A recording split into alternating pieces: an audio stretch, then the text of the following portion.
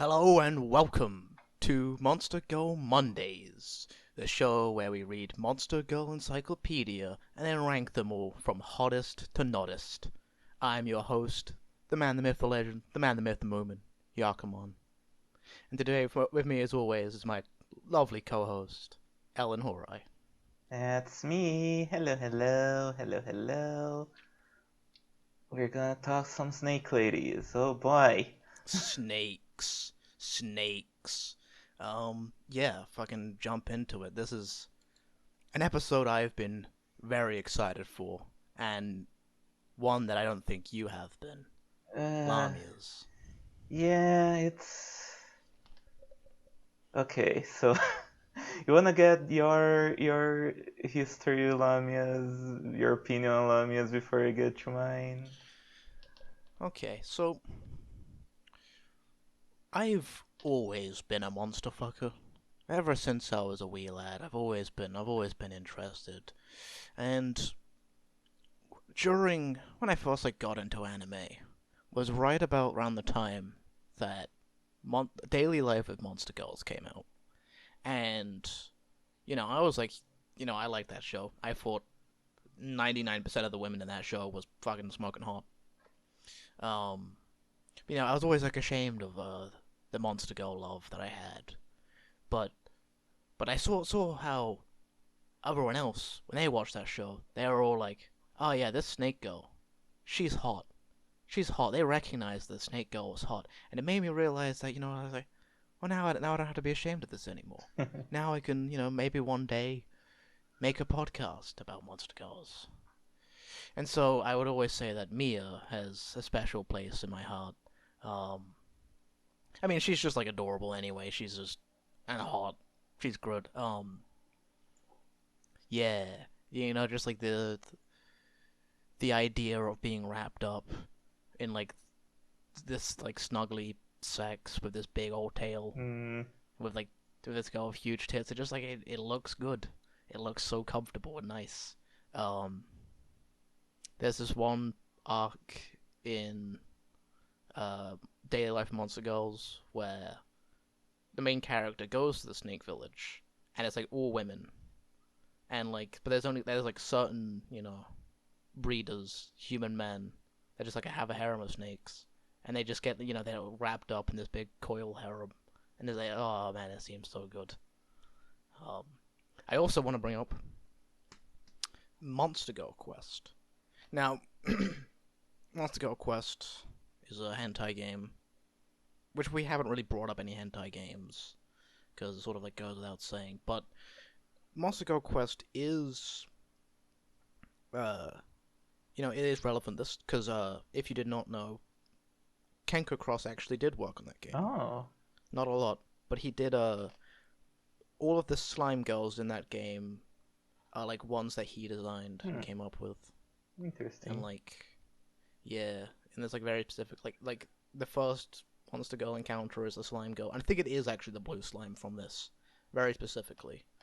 Um, and then yeah, there's other slime girls you meet throughout the games. Uh, yeah, all decided by him. Um, yeah. Anyway, so the main girl in that, Alice, blue snake girl. She's, you know, at first I wasn't that into her because she's just sort of every single monster you play as a younger lad who's kind of shy and stuff, and every monster girl is incredibly teasing and dominant, and I'm not really into it. But then there's this one moment where you and Alice are out in the snowy mountains, and she uses her tail as a bobsled, and she's pushing herself and sliding down these snowy mountains and giggling. And oh man, I fell in love. Oh, that does sound pretty cute. Yeah. Yeah, I love Lamias. There's not many other snake girls, Lamias, in most other fiction, but yeah, that's me. That's me. I love Lamias. Well, fair enough. What about you, Ellen? So, Why, why don't you like it? Why don't you like this? okay, so Lamias, they are like okay, to begin with, they have some characteristics that I'm not a big Hello? fan. Hello, hello. You hear me?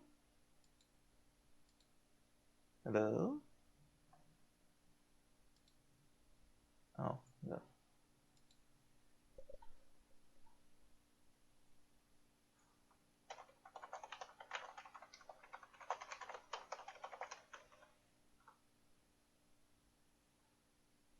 I see, I see.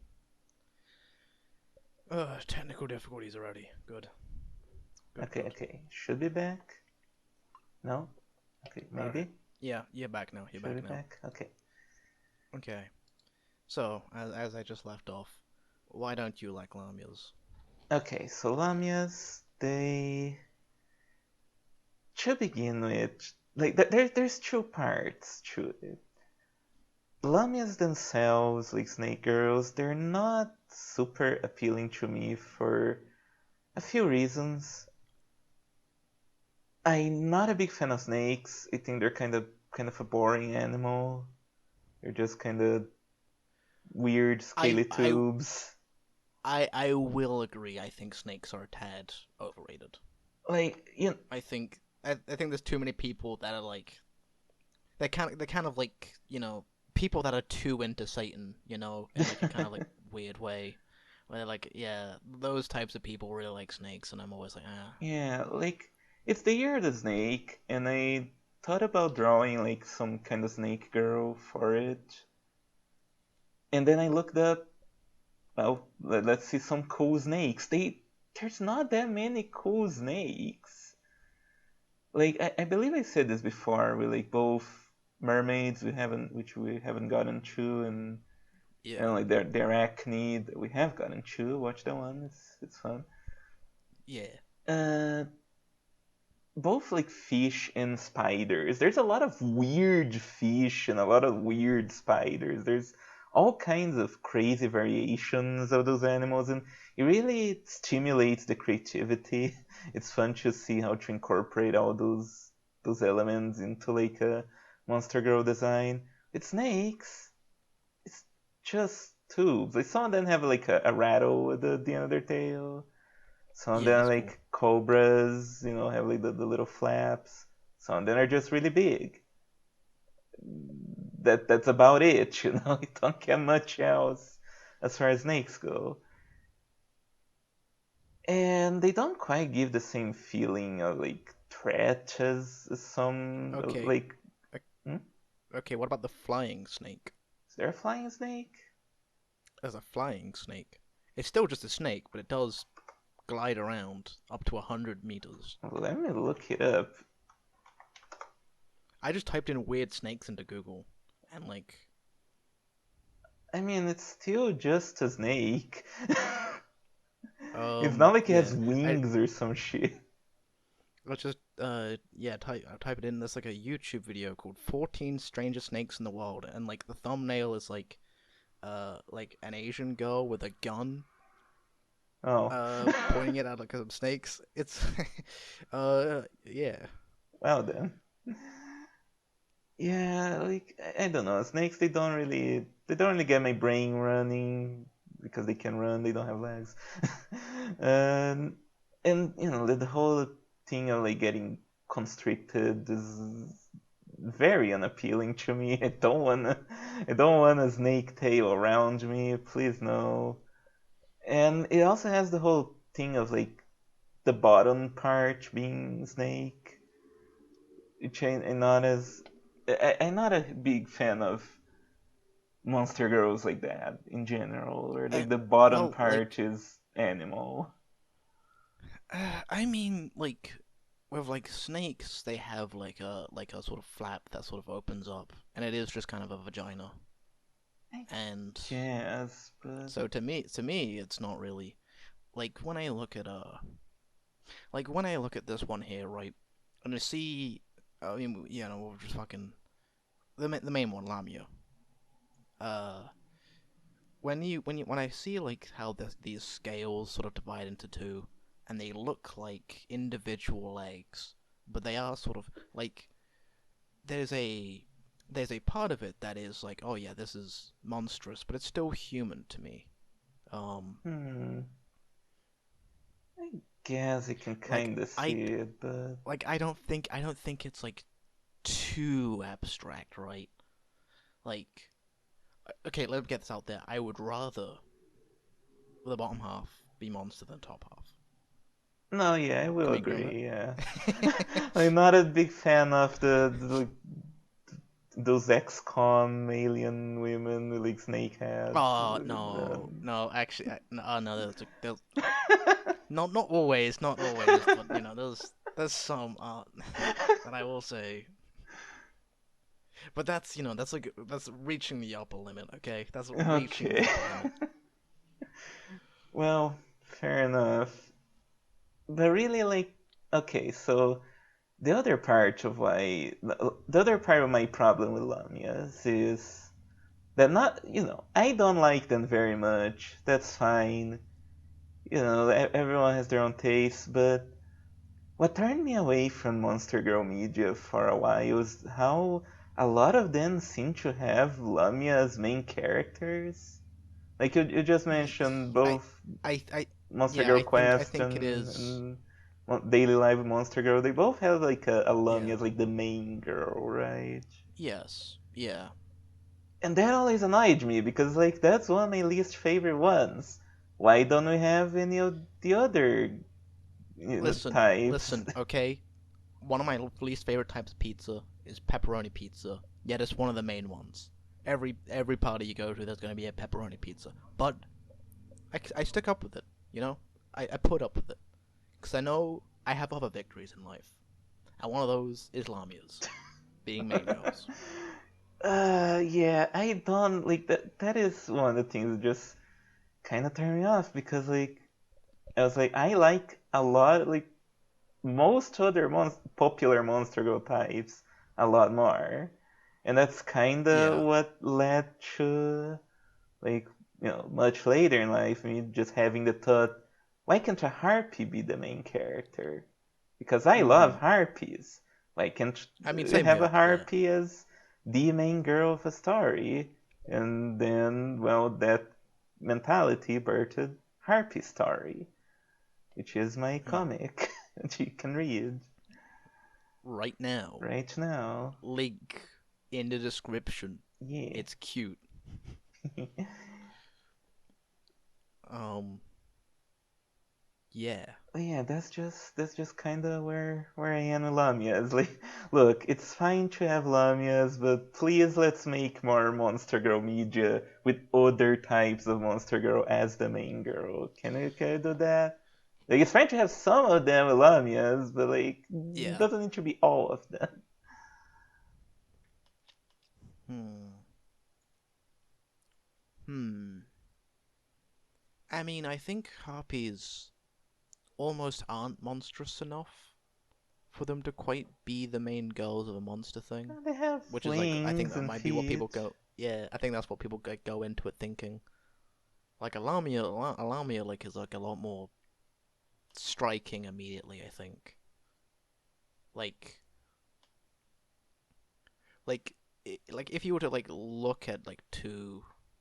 Like if you were to look at something called Daily Life of Monster Girls, and you saw like a Lamia on the picture in the front, you'd be a lot more like, oh yeah, this is like definitely like Monster Girl media. This is going like all in.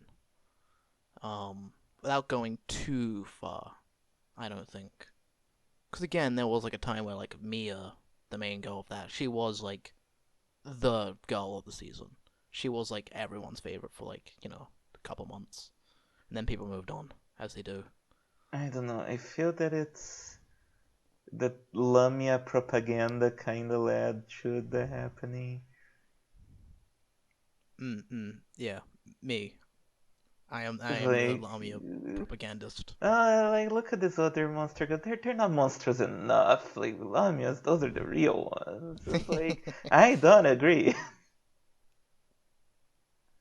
It's far enough to be monster girls, but it's not too far like centaurs. I think centaurs. I think even yeah, centaurs. I'll agree on. I don't think I could, but we'll get to that later. Oh boy. Um, but Lamia, perfect, I perfect. mm, please, more Monster Girl stories with other Monster Girls is all I ask. But No, no, I agree. I agree. I think at this point, like, if you have a Lamia as a main girl, it's a bit, you know, you are kind of treading.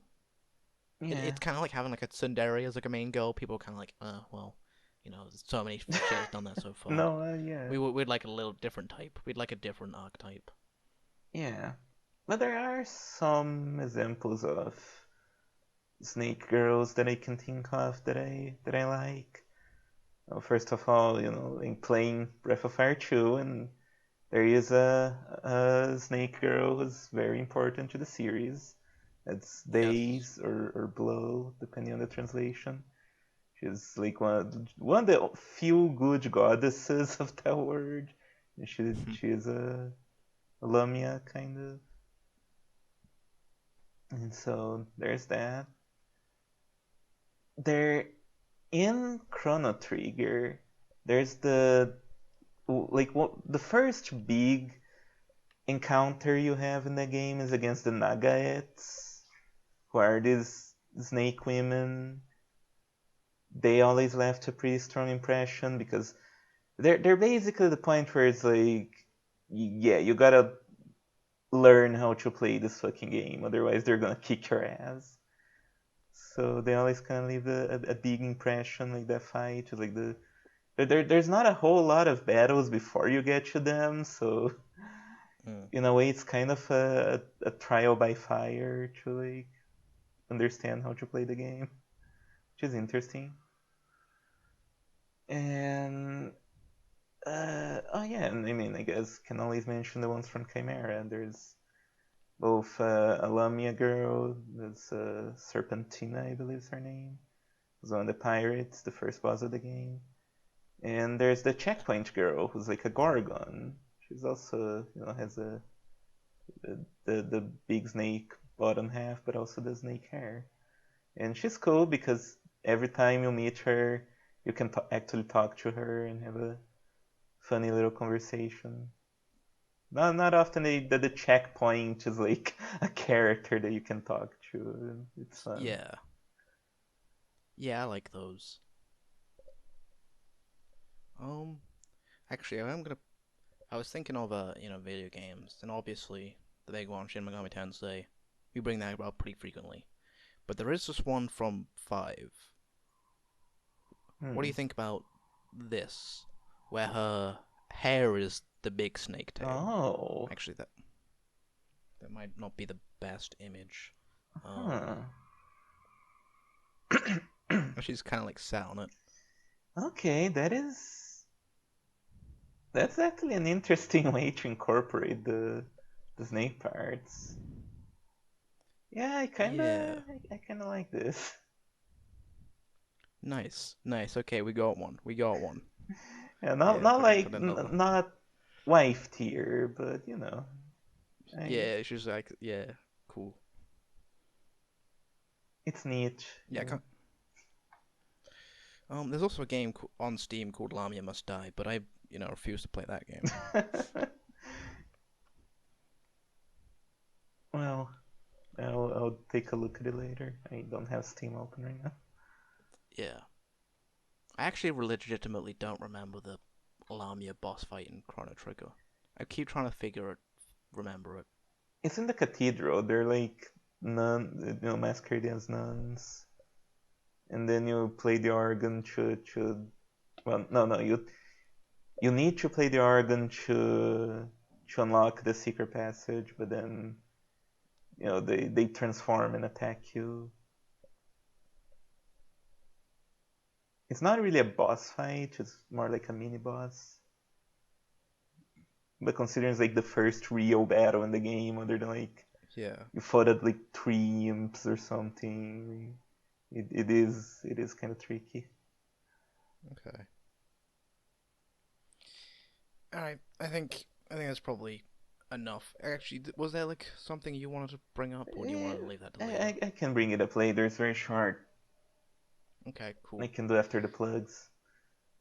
Lamia. Lamia, oh boy, okay. I'll honor my girl Sue Harpy story and try to give all of these girls a fair shake. Cause Sue loves Yes. all monster girls. Yes. And I will try to do my best. Let's look at this one. Hmm. Uh, I'm gonna say right off the bat, this is very hot. I think she's very attractive. I think, She, yeah, as I said, I love this sort of warm orangey colors she sort of has to her. I think it's good. I don't know what this thing is called, but this jewel that's going down in between her tits is good. She oh has a sort of yeah, like she has a sort of like a yeah like an Egypt thing sort of going on almost, but it's yeah yeah. No, I think this is like for volume one. This is actually like a really good drawing. you know what? Yeah, like for volume one, it is definitely above and beyond. I guess, Yeah. having to, Lamia's being so popular, he put some extra effort in this one. And Mm. because she has a snake half, it's okay for her anatomy to be a bit wobbly and like the Leland. Yeah. She, Yeah. she doesn't have that many bones down there to worry about. No. But even then, I think it's like a decently well drawn tail in terms of like shading and stuff, and Yeah, the colors are good. yeah. There's nothing that like looks like it's out of place. Like Oh.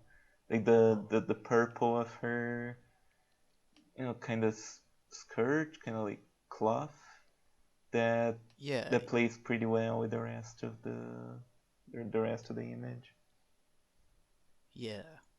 Yeah, there's sort of like a subtle hint of like she had yeah, of like this I don't know what this brassiere type thing is called, this like bikini top thing is called, but you have like this very subtle hint of like nipples, Ooh, which yeah, which is quite alluring.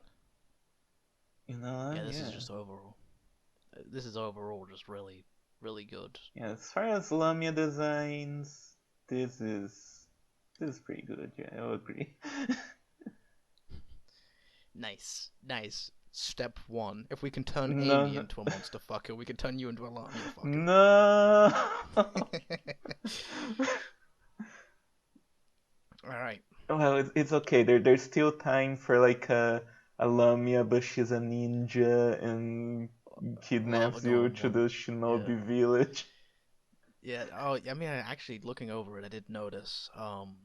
I noticed that the majority of bottom tiers are all from Volume 2. Like, besides from the limit, all of them have been from Volume 2. Oh, huh. Which is interesting. It is. So let's hope Volume 2, fingers crossed, it doesn't destroy all my hard work. Fingers cankle crossed. Yes. Alright, you wanna narrate this one then? Lamia. Family, Lamia. Type, reptilian. Habitat, deserts, mountains, and caves. Nature aggressive, diet carnivorous. Favors wild animals. Yum yum. Nice to go Yeah, back to this after so many it's essence of not human the man. essence of human man. The Lamia is a monster known for her sharp intellect, with the upper body of a human and the lower body of a snake.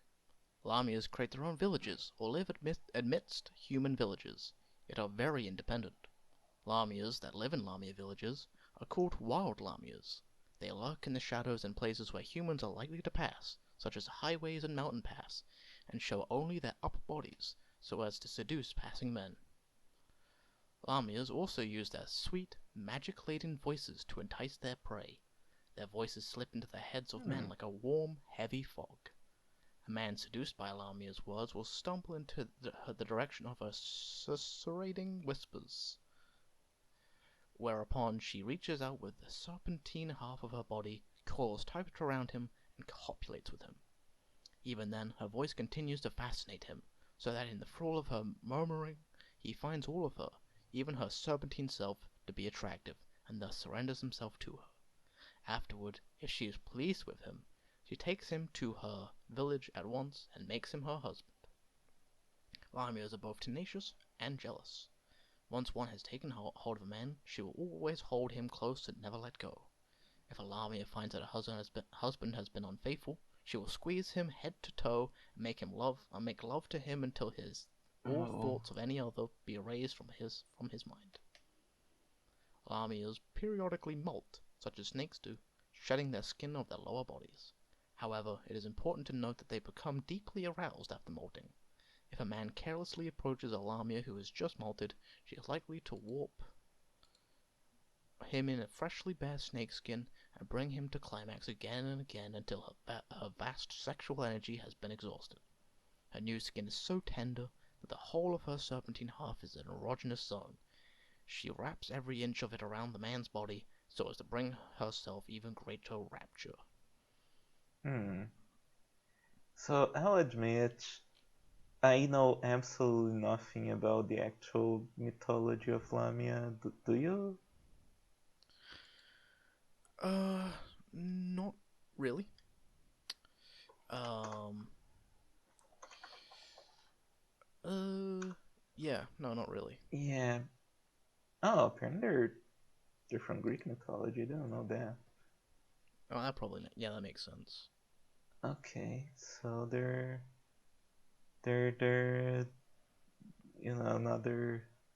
another compatriot of the Harpies and Nereids, I guess. Okay. Yeah, I mean, Interesting. yeah, it's definitely sounds like how sirens do.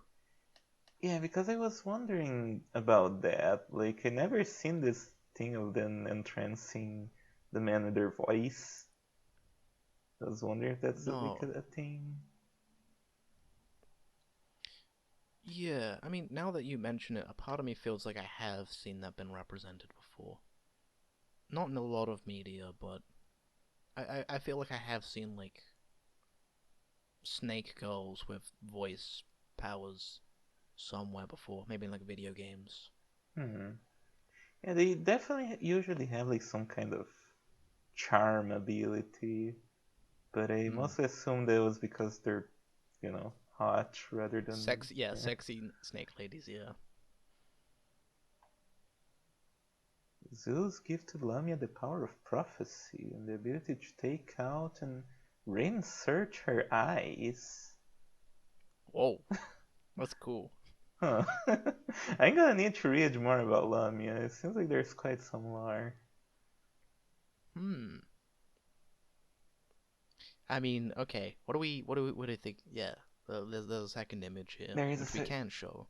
Oh yeah, we It is can very lewd, but we show can even show it. though Yeah. yeah. Lamia wraps her long body around a man as she joins with him. A monster of the Lamia family knows no greater pleasure than twisting her whole self tightly around a man. Um, Hmm.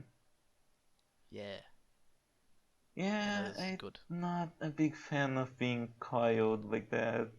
It seems seems a bit too much. I like No, bondage, but like I also there's a limit. I mean, I just like warm, passionate sex. Is it gonna be warm? They're Yes, cold-blooded. very, very warm. Hmm. I mean, it'll be cool. It'll be cool, but it would still be, So warm. scaly. Yeah, it's awesome. Uh, well, Yeah, she's got squishy parts. She's got scaly parts. It's awesome. I. It's awesome. Yeah, sure. And yeah, this one's for you. Yeah. I'll just I might stick to the upper half. I'm gonna ride on her back, make a little kind of like Okay. riding on a dragon. It's gonna be fun. Oh yeah, yeah, yeah. Remember that episode of Daily Life of Monster Girls where like Mia is shedding, and he has to help her like take the skin off, and she's like, it's like very sensitive, so she's like moaning. Remember that episode? That was a good episode. I don't. I need to Might have actually been, watch that yeah. at some point. Yeah. I mean, eventually we're gonna do bonus episodes, probably. Yeah. Um, because there's not gonna be that many episodes of this show, unfortunately. So yeah, definitely fucking bonus episodes. Yep. I do Uh, remember how with the arachne you mentioned that you were hoping that there would be some like mention of doing something with the shaded skin, like weaving it Probably, into yeah. stuff, but doesn't Oh, really yeah, do yeah, that yeah. here. Oh, yeah, no. That's fine. That's fine. Yeah. I think there's something like very specific in that one, but I don't remember. That was fucking months ago. I remember saying that though. Yeah. Anyway, this is good. It's short. Um, Something that I looked into, which I've been aware of, but I thought kind of like wasn't necessary this whole time. And of course, like we're already reading the whole thing, and Yeah. it's not really a part of it, but it is part of it, which is that Kenka Cross has done many. Not only has he written trivia pieces, but he's also done a bunch of Q&As. Hmm. And Oh so yeah. there is on the wiki, there is some extra stuff here. Yeah, I did notice Um, that when in looking at some of the pages to get like images for the thumbnails. yeah. So couple, because this one's short. I'll add a couple things. Even in the age of the former Mamona lords, monsters of the Lamia and HARPY families, among others, were still dependent on human men for reproduction. Normally there was no love involved, and once young were born, the man would be eaten. Oh However, in rare dang. cases, the monster would be taken to feelings of love and affection, overcome her killing instincts, and live with the man as something like a married couple. Hmm. A human woman wearing the shed skin of a Lamia family can turn into a Lamia herself, if the Oh. Lamia has firmly embedded her manner into it. In exceptional cases, the woman may become an echidna, Oh which boy. is Is it? come up Yeah. later. Yeah. The tongue of a Lamia is so universal sensor that can detect not only the taste of her husband, but also determine the temperature and distinguish smells. When she kisses, she naturally penetrates her husband's mouth with her tongue, receiving all the information Hmm. about him, and intertwines him with it to enjoy every inch of his body. What do you think Uh, about that? so she shows her tongue like wait. Into his mouth and gets all of the Okay, yeah, but it's like a does it go like down universal my sensor. throat or something? Probably not. Yeah, I guess it's not long This enough. just intertwines, yeah, Yeah, with her I husband's. mean that's just like a kiss. It's a really sloppy Okay, fucking kiss. yeah, it's awesome. Yeah,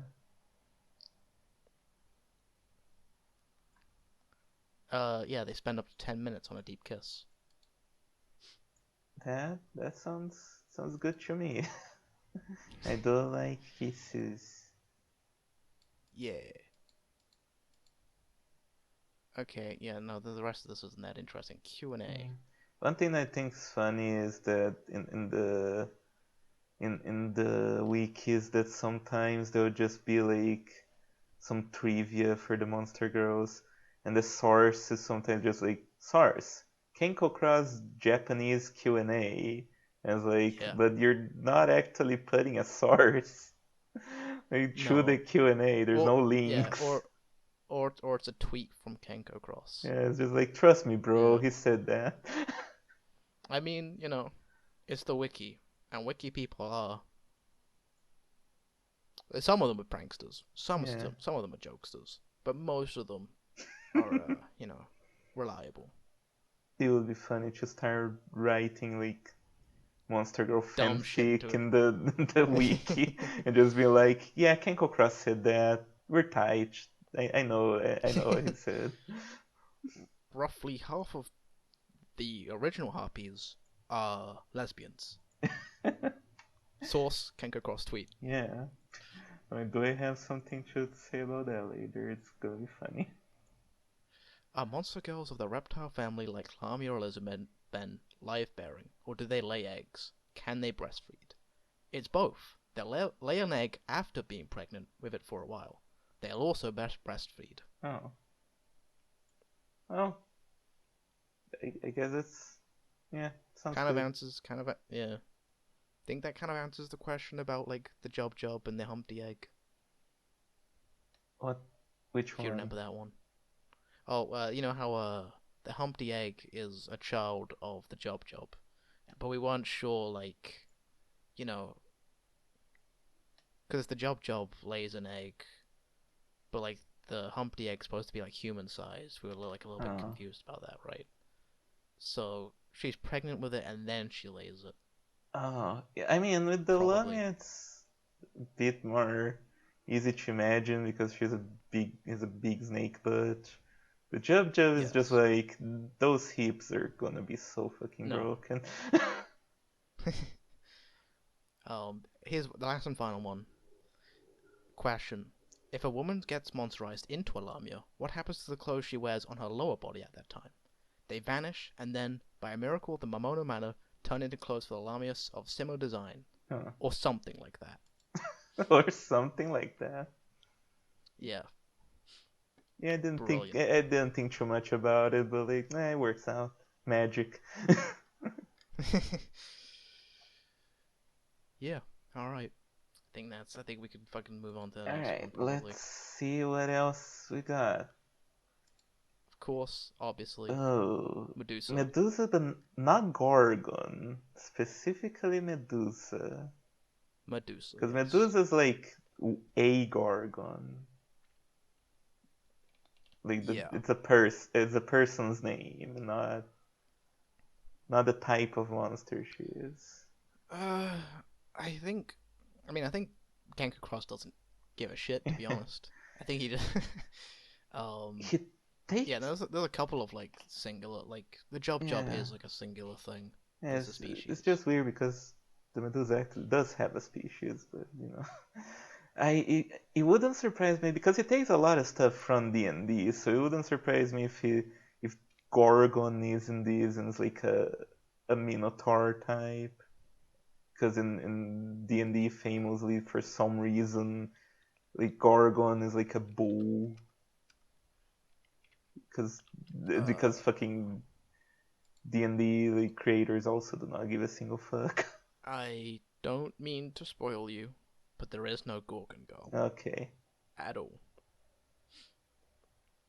Yeah, what do we think about this more bratty sort of? She gives me big Ojo-sama vibes, and I am really into that. Yeah. Yeah, I like Oh, this. hold on.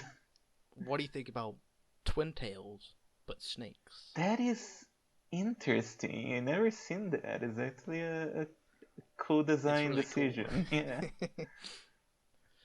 um, yeah, yeah. This is rad. This is tight. Yeah, This is uh the tail's like kind of stony. rocky. Yeah.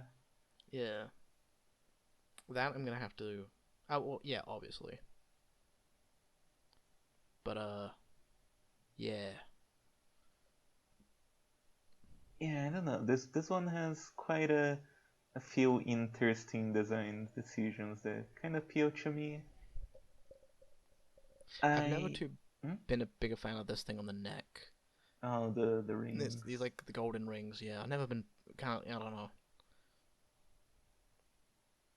I think they're alright as long as it's not like how they do in real life, where you just keep adding rings until the neck is really long. Yeah. I mean, I think that the thing that's what kind of like pops into my mind some ways a little bit.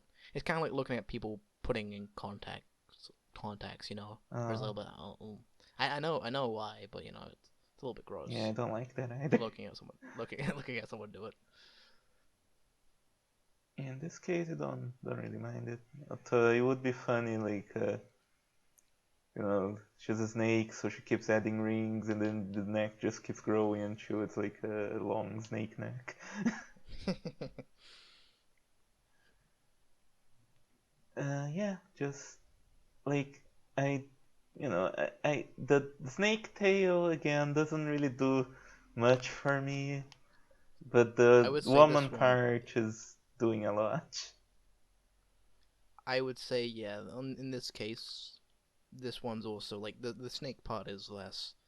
It's a little bit too like bulky and like fat and for her like bottom half, top half. Sorry, Yeah,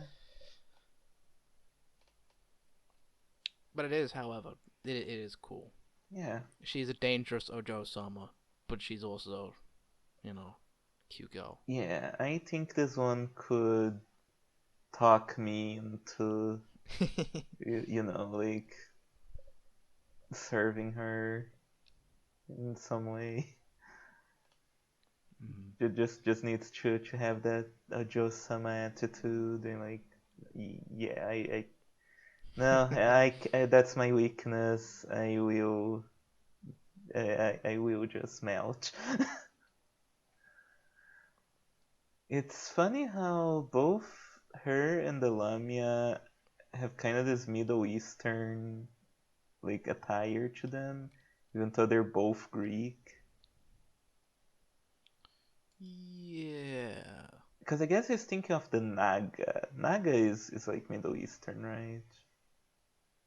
yeah, yeah. There's like yeah. I mean, there's like a couple that are like of Egyptian mythology. I think some of them are gonna come up. But yeah, you're right. I think it is Naga. Yeah. Okay, Naga's not Middle Eastern. It's like it's from Hindu, Buddhist, and Jain tradition. I have no idea what that is. You know, still a little bit further east.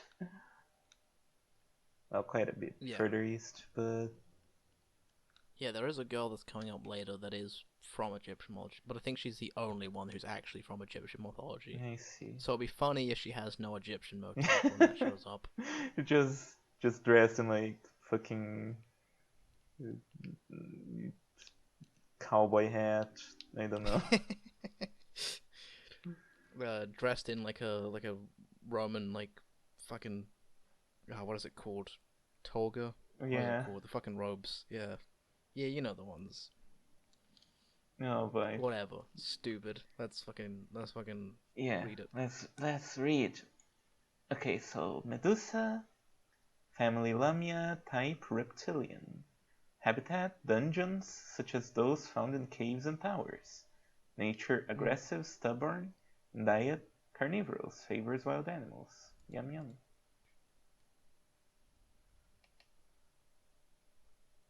So yeah, zoomed in enough. Yep.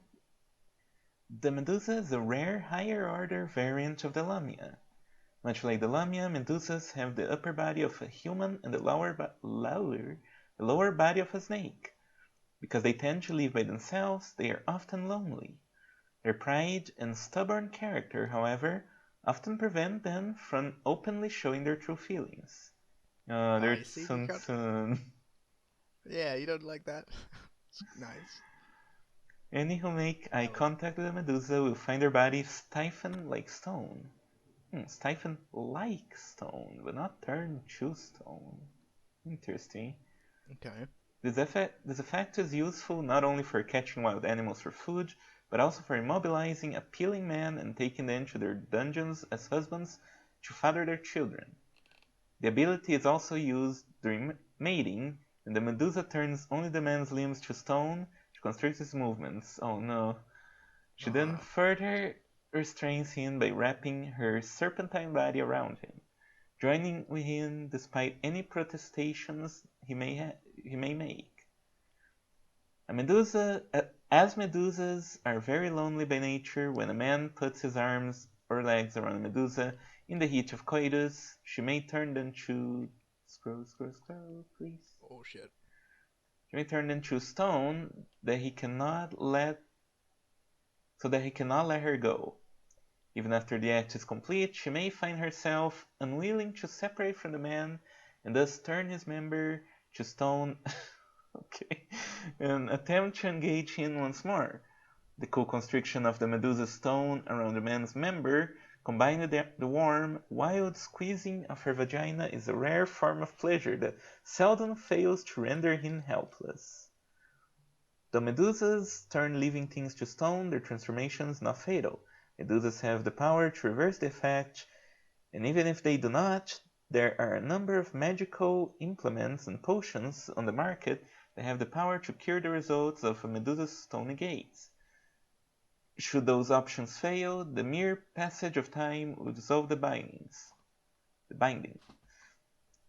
When the Medusa turns a man to stone but does not make him her husband, another monster starved for a man will typically carry him away and fornicate with him before he has regained his freedom. The ends of the Medusa's hair form snakes, each of which can act independently. However, the snakes share the Medusa's awareness, so it's unlikely that they would attack a man toward whom the Medusa bears no hostility. However, while the Medusa is stubborn and rarely honest about her feelings, her snakes show her thoughts and feelings without reservation and will thus often give her away. For instance, the Medusa herself may willfully turn from a man she likes. Her snakes will reveal her true emotion by binding his body and drawing him close. The honest action of the Medusa snakes may thus offer opportunities for clearer insight into her psychology. Like Lamia, the Medusa has a dangerous tendency for jealousy. A man who is unfaithful to her may find himself turned to stone, bound, and his genitals pumped for seed over the course of several days. I thought Oof. this was going to go that she will rip his genitals out or something. I mean, so far in terms of turning to stone just your limbs is fine, but I'm not too into it. Yeah, me Or, neither. however, however, the character herself, the idea of this like haughty, prideful, lonely girl and the snakes that show off her true emotions, I like that quite a lot. Yeah, I hmm. I'm thinking like I'm always willing to try like a number of things, Of with, course. with like BDSM and stuff. As long as it's no like permanent damage, as long as it's not like going too far into the hardcore. There's a Or lot of things I'm willing like to do. completely ruining your life like the gargoyle. Yeah. So I could see myself like does Enter say that she'll like always turn her man to stone? Like it's kind of silly. Different people have different preferences. I can't imagine myself being in a relationship with this Medusa and she has the stone thing as a kink. I could imagine be like let's try it. Yeah, Let's see how this goes. yeah. But I can also imagine a situation where she's, lonely and trying to pounce. And so she starts off doing the whole like turning you to stone. But then you kiss her and you say you don't need any stone. You don't need to be turned to stone. And oh, she blushes. And now you take Oh, her right there to there. yeah, Oh, I'd like that quite a that bit. is that is good. There's a lot of potential here. Like it's not like the cockatrice who's just like she'll turn to stone and run away and leave you there to get fucked. By a bunch of other random monsters, yeah. Yeah, this has a more this has more potential for like cuddly, like Yeah. loving interaction. And again, if she does that, I'm just like okay, sure, turn to stone. I god fucking damn it. All right, Anyway, there's a there's a second picture. image. Can we show this one? I can't tell if those are like nipples or not. No, that's because she's got like, as you can see, Oh, she has okay. like it's sort of nipple like clothing. It's like It's an kind of eye. yeah. I Oh yeah, she does. Actually, as you can see on her hair, she has this. She has like that eye of like Ra, is it? No, Yeah. that's not quite it because the Ivra has like little legs. Oh yeah. I Yeah, think something. that's Yeah, it's just supposed like to an be eye. like that. It's supposed to be the thing like if you look at her, you turn to stone. Yeah, So turn to stone. there's Yeah. like a bunch of eyes in the design. I was wondering about that. Oh yeah. There's no actual mention of like if you look into her eyes. Yeah, I guess that would be a little that would make things a little bit hard if you can't look at her ever. And yeah, actually, I prefer that. Instead, it's just like it's an actual ability to turn you to stone, as opposed to. But you can never look at her in the eye, otherwise you'll turn to stone, and then she'll ravish you. I'm glad he didn't go that route. Yeah, that would This is be this is this yeah. is better. This is better. I wanna look her in the eye while I'm cuddling with her and Yeah, inserting my member. yeah. All right, so picture we can show. The snakes at the ends of the Medusa's hair offer a window to her soul. Though she looks away, the snakes show her unwillingness to part with the man by wrapping tightly around him. All right, cute. Uh, we have one. There's only one Q&A. One question. All right, let's How hear it. hard is the petrification caused by the Medusa? No matter how hard I hit it, will it ever chip or break due to the protection of magic? Answer: it does not break due to the magical power of protection. It will not break even if you beat it. If Medusa were here today, we could make progress in joint research on protective technology for buildings and figurines. Huh? Figurines? And figurines.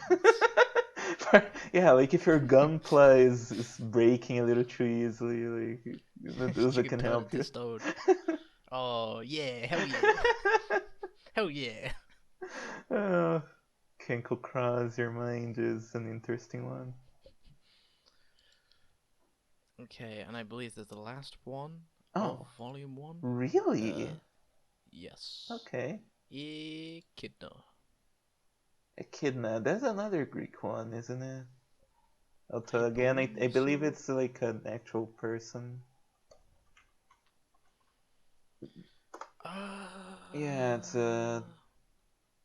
Yeah, it's Yeah, like Greek mythology, yeah. it's a mate of Typhon. Right, right. Yeah, she's like the queen of like the mother of all monsters or something, right? Yeah. Shit. Yeah, she's a big one. Yeah. She's also the name of the species of Knuckles, Oh, of here's a funny thing. Sonic. Oh yeah, yeah, yeah. Of course, yeah. I mean that's a different type of Yeah. echidna, but Typhon. Here's a funny fact. Typhon and Echidna are notable for being the only couple in all of Greek mythology who's never reported to have cheated on one Huh. another. That okay. Sure. That I can believe that knowing Funny Greek fact. mythology. Fun fact.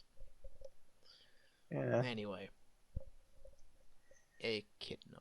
I instantly am not that fond of this design, I gotta Yeah, say. it's like a step. It's like a weird step down. Yeah, like, mm, it, like, I need to think, like, what exactly about this is not that appealing. Okay, you like green-haired girls, Yeah, green-haired cuties, and she has two green snakes coming out. Is that yeah, cool? I like green hair, I just don't think the colors are quite playing out all the well in this one. I mean, green and purple typically look. Well, it's like purple to blue. They typically look good together. Yeah, but, Typically. hmm, But this one, it doesn't work, I don't think. not It's hard. really. I am also trying to struggling to kind of figure out why I'm not as into this one. I think it's also just kind of a bit more generic in general. Like she's a snake girl. Hmm. She's wearing snake, like jewelry. Yeah, she's got Snake. a snake tattoo and like this big golden snake thing. And I her mean, her this is this loincloth this has like a snake pattern. is kind of cool actually. I would like this, yeah, this like golden snake thing that has like a loincloth draped down it. I would like to see that in like something else. Yeah, Because here it's just a bit that is too good. much Snake. Oh, she also has this fucking snake thing Yeah, on her like fucking bra. That's like it's a bit too much snake. yeah, like it's too much Snake. And at the same time, I feel that this design doesn't have anything that really stands out. You know, being like No. Echidna, the queen of monsters, is like I feel this should be like grander. Should have like something that Yeah, this feels more like, you know, a kid in the fucking the enemy in a video game. yeah. You know, not a boss one, just like a regular Yeah, you fucking fight her encounter. like in a random battle and never really think about it too much. Yeah. Yeah, it just doesn't. Like, this feels like it's just a blue Lamia with a worse fashion sense. Yeah. Yeah. There's nothing that, I that would say screams like I a would even say that different monster girl. I'd even say the fucking snake bottom is also not as good, Yeah. just overall. Just overall. Yeah, the snake part Also, also seems a bit like not as well drawn. there's like the loincloth sort of goes down and then drapes over this other part of a snake. But like, if she's traveling along, wouldn't this like sort of get dragged into the dirt a bit? Probably, unless she like stands very high, like very tall. Hmm. I don't know. It seems like a lot of this design is kind of impractical, to be honest. Yeah, it does. Hmm. Yeah, I still It's there's just not like a huge one thing that's like really sticking out to me, like why this is not good. it's just It just really like is, and bland. yeah, it's just not interesting. No. Um, yeah, fuck it. Echidna, family Lamia, type reptilian. Habitat: the deepest recesses of dungeons. Nature lustful, diet carnivorous, favors wild animals. Yum, yum. And as you could imagine, she has quite a bit of That's a text. lot of lore. The echidna is also a member of the Lamia family, with the bluish upper body of a human and the lower body of a snake. Echidnas are the most magical of all monsters, and a far cry from typical members of the Lamia family. Though their disposition varies greatly from individual to individual, the one trait all echidnas share is extreme lust. Few humans have ever observed echidnas, as they are extremely rare and often live in the deepest recesses of perilous dungeons. They live in such remote regions so that only humans of great prowess can reach them, meaning that the only way they mate with and bear children by are the greatest specimens that humanity has to offer. An echidna's dungeon often contains precious treasures, mysterious potions, and legendary magical artifacts to entice such adventurers. The monstrous keepers of these troves are known to take a woman's form and use their awesome magical powers to spread the news of the treasures or to slightly promote echidna slaying quests among humans. When an adventurer has successfully evaded the gauntlet of traps and challenges and reached the end of the dungeon, he finds the echidna waiting as the final challenge and reward for conquest. The echidna, however, may be unable to conceal her excitement at having found one worthy enough to be her husband, and will wind her body around his own and make love to him. She will press every part of her to the man as she does not forget the taste of her breast, lips, and vulva. With monstrous ecstasies rivaling that of her succubus, she will make him hers. An echidna has the instinctive ability to sense a man who is destined to be a hero. This helps her find a man great enough to be her husband. It is said that some echidnas come to the side of such men before they show on outward signs of greatness, to support and to aid by their own hands the men that will one day drown in pleasure and enslave to passion. Instances such as this may explain the many legends in which a heroic savior of humanity simply vanished into obscurity. Perhaps the heroine who stood by his side throughout was the echidna, and somewhere in the subterranean depths of the world they thrive still, and bound in the ardor of sex. Echidnas have a trait very unusual among monsters in that, among children they bear in a lifetime, only the first is an echidna. Hmm. Subsequent children differ in race, appearance, and trace. In many cases, new races of monsters never before observed are born. For this reason, the echidna is known as the mother of monsters. Her search for great and powerful men stems from her desire to give birth to new monsters more formidable and fantastic than ever before. Once an echidna has obtained and fully enamored her husband, she sets to work on her essential calling, to conceive his children and give birth to the greatest of monsters, so that one day she will gently stroke her swollen belly with the blessed smile of a holy mother and murmur, "My sweet child, wrought from the luscious seed of my dear husband, my greatest love in this world, just how lewd and lustful will you grow up to be? In what ways will you turn men from chastity, and how deep will your pleasure be as you debauch them?" Thinking such thoughts, the mother of a monster surely smiles in anticipation of the soon-to-be born child. And Okay. the side image, Yeah.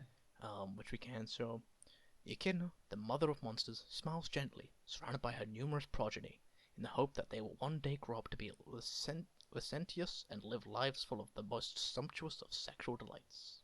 Yeah. She's breastfeeding.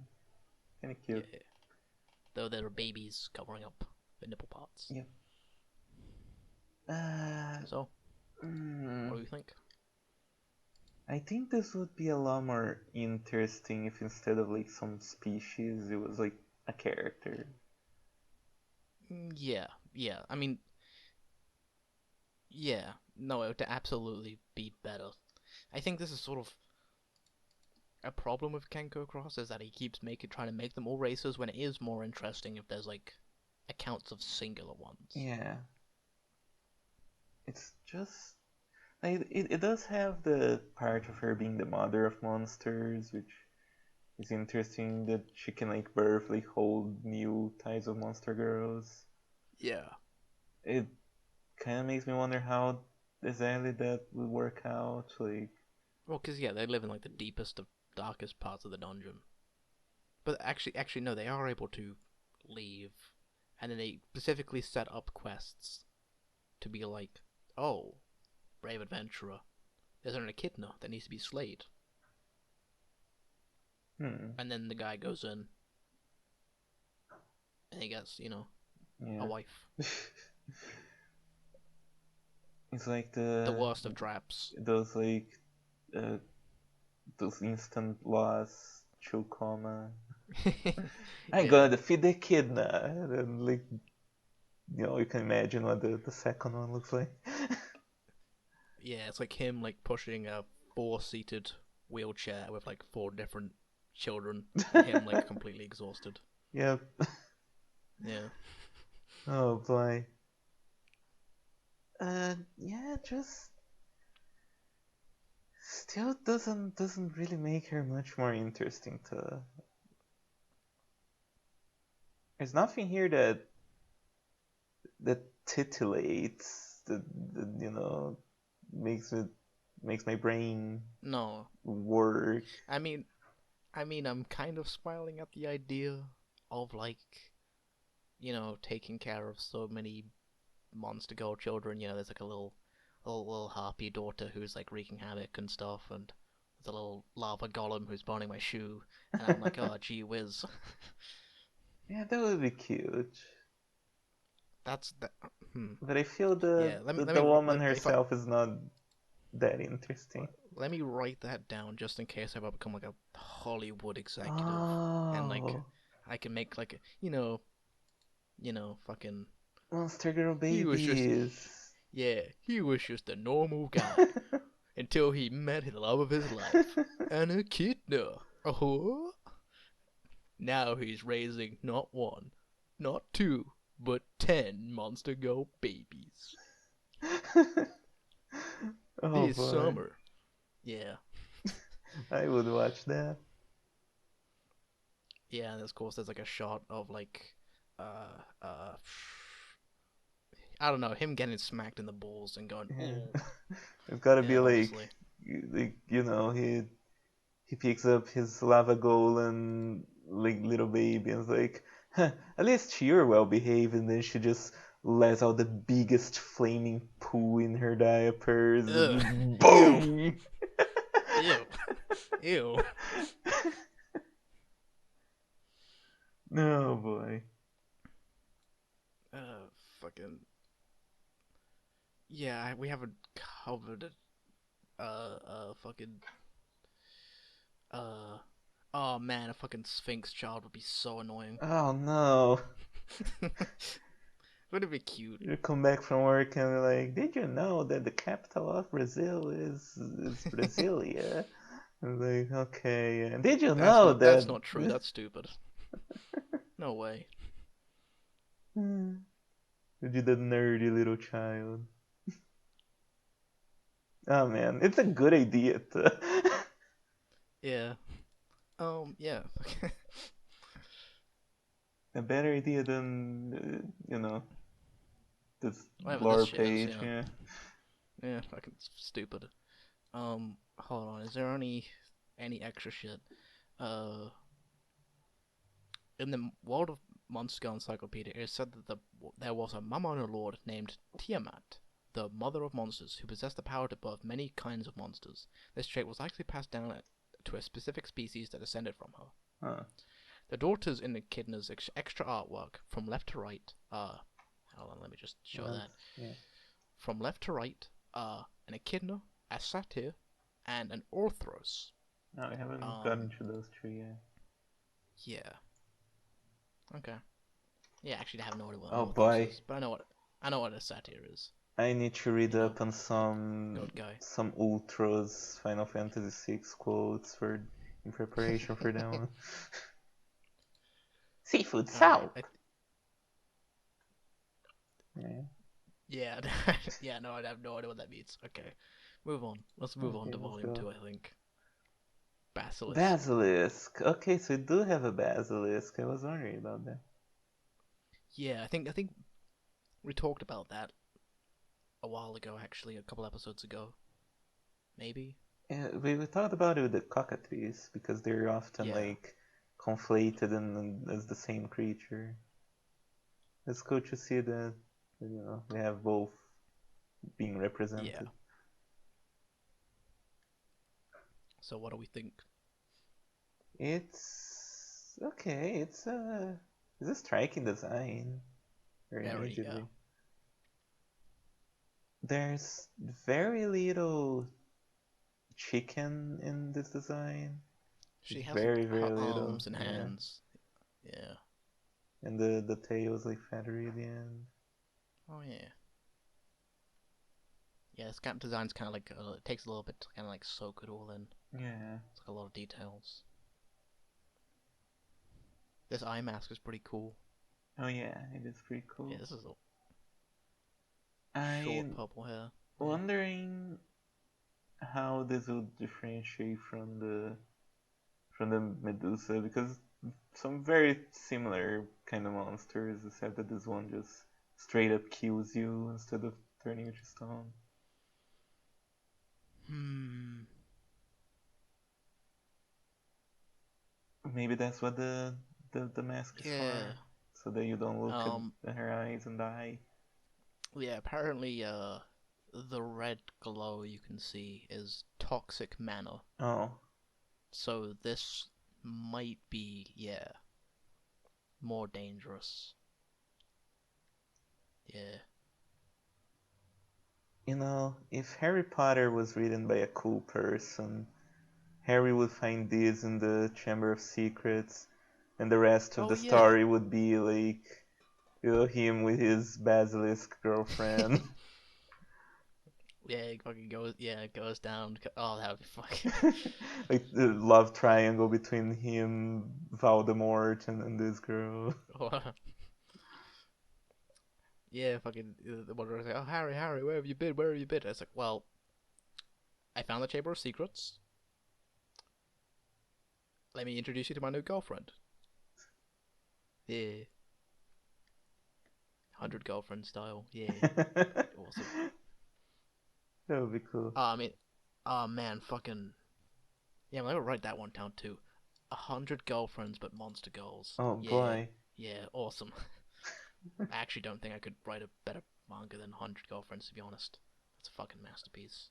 I But we're not gonna. yeah, I heard good things about it. It I seems genuinely weird. champion. I genuinely champion 100 girlfriends. Like, not ironic, unironic, It is ironic. one of those manga where for everyone who I know that has consumed it in some manner, either hates it or champions it. Yeah. There's no real I mean, I middle was there. ground. Yeah. Yeah.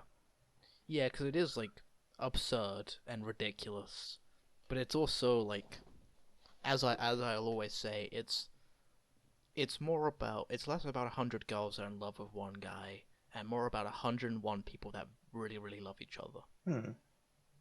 Um, which I think is the distinct like some people don't like it because of the Yuri aspects and are like, ah, this is like Bullshit. cuck Yuri. Yeah, some people are like that. Um, I'm not one of those people. Uh, Yeah, the some Yuri people are like, yeah, this is adds like. to it. Some people Always. are like, oh, this it's 100 girls who are like destined to in fate to fall in love with him. Like, ah, that's kind of shit. But I'm like, ah, that's fine. It's ridiculous. It's just ridiculous. It's just like a reason for it to happen. It doesn't really like mean much. Dude, we should. Okay, here's what we're gonna do. Basilisk. Yeah, Uh, get, you know, I'll read the 100 girlfriends. We'll get Amy and Chroma to read 100 girlfriends if they haven't done it yet.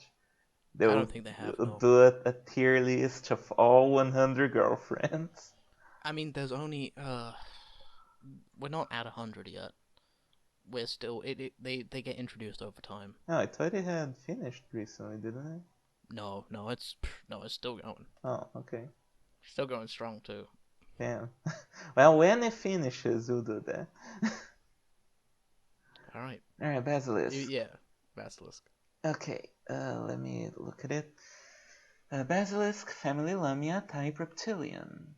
Habitat, caves and deserts, nature calm and gloomy. And diet, carnivorous, favors wild animals. Yum yum.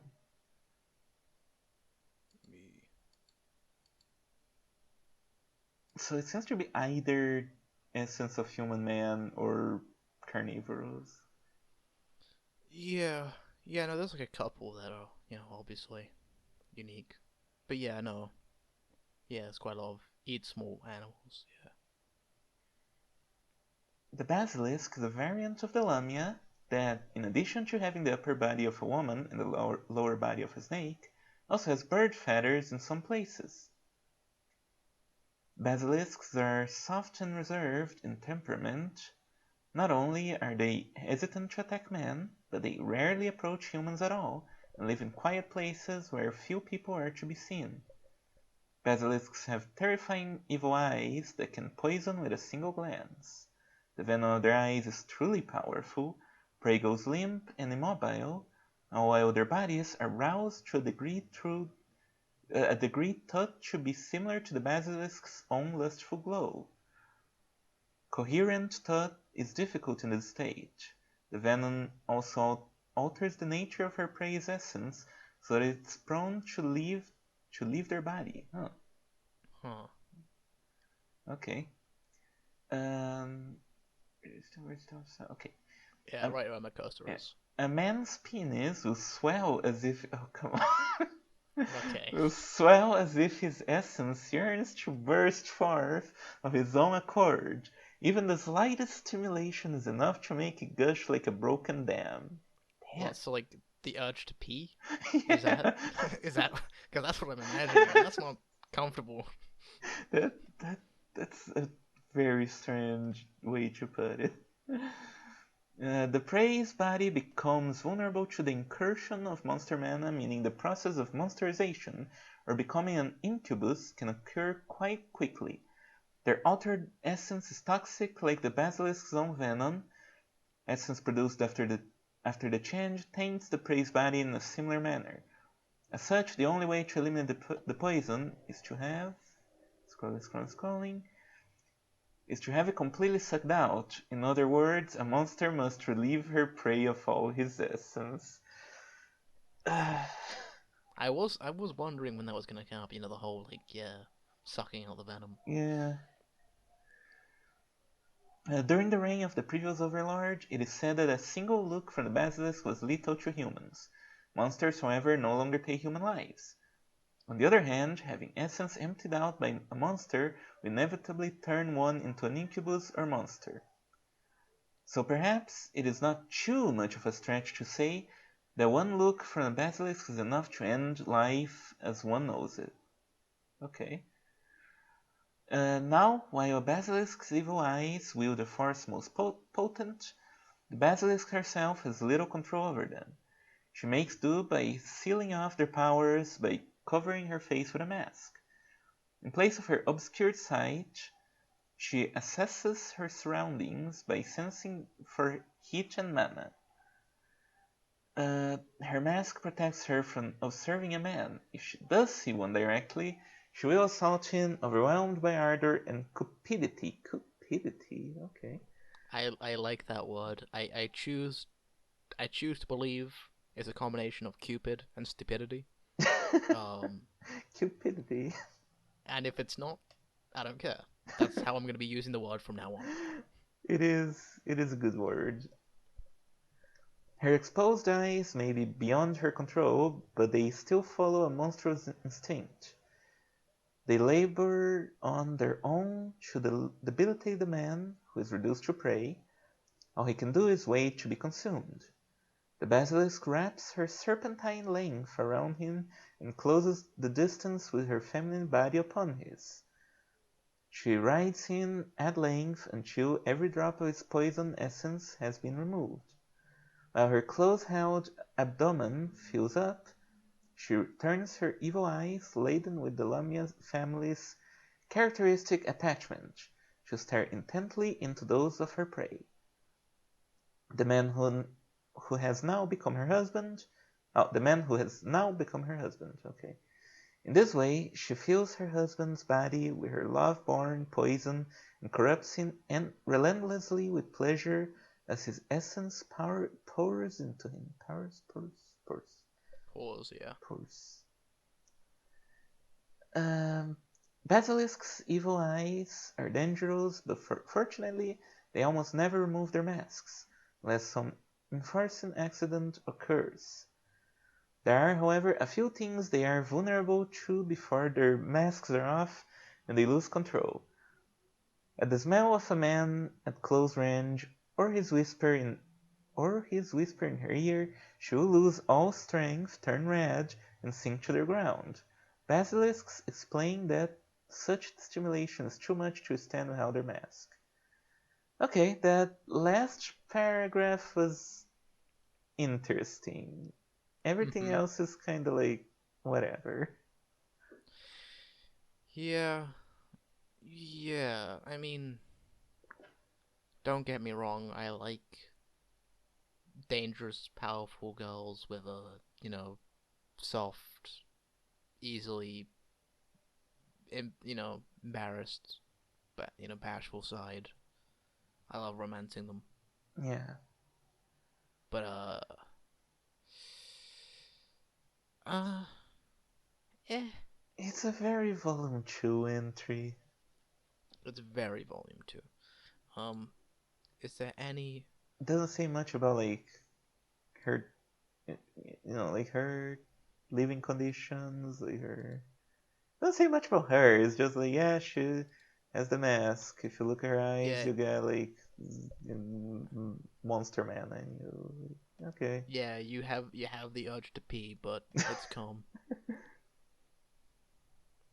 Yeah, like even the trivia and the Q&A, there's like nothing. No, Yeah, and yeah, that's such a shame because the design is nice. good. Yeah, Yeah, like just it doesn't really give me anything again. Like I alright. feel like the whole like eye protection thing. the fact that her looking at you is not that dangerous just kind of makes you horny.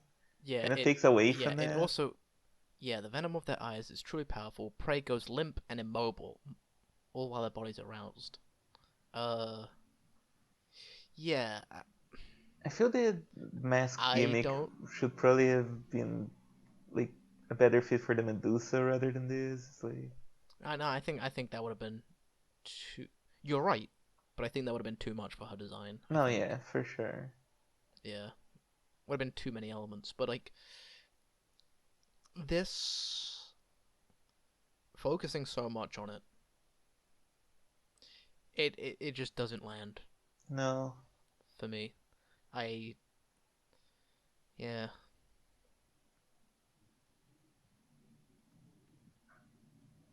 Hmm. There's a secondary image, but we can't show it. Nope, Though she it is got her important. real titties out. Big tits.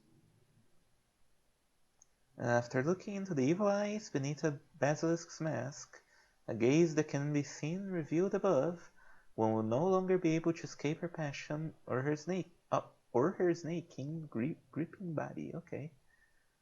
Huh. Yeah, it's more the same. Just you look at Yeah. her eyes and you go limp and horny and you want to burst like a dam. Uh. Yeah. God damn it! Like, uh, and it's also always weird how those Volume 2 ones are always so long. And they say so little. Yeah, it's a real fucking problem. Like, I tried to think about this the other day after like I was finishing editing the whole thing of last week's episode. I was trying to think of like what is better, Volume 1 or Volume 2?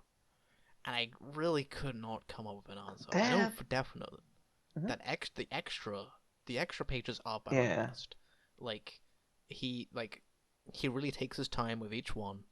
Like each one has like a unique idea, like a good design, unique idea. Even if you're into it, it's still like a unique idea, Yeah. and like a way of which like he presents the information each time is always like slightly different in an interesting way. Yeah. The Volume hypothetical two, Volume 3 is going to be the best one easily. yeah.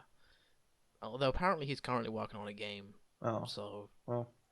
which is in early stages of development and nobody knows anything about it. Oh, great. But that's what it says on the fucking main website apparently. But yeah, Volume 2. Volume 2 is like a lot of good designs, a lot of great Oh, designs. yeah. And there are some really good ones in here. There is still like, there's like the Cheshire Cat and the Kobold, and, there are ones that we do legitimately love. Yes. But you're right, it does feel like so much writing for so little each time. Yeah.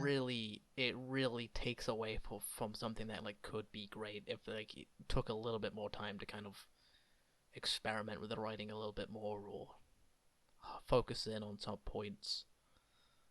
Yeah. The Volume 2 feels like when I was in college, there was this thing where that I learned very quickly is that you will always gain more points in questions if you write more.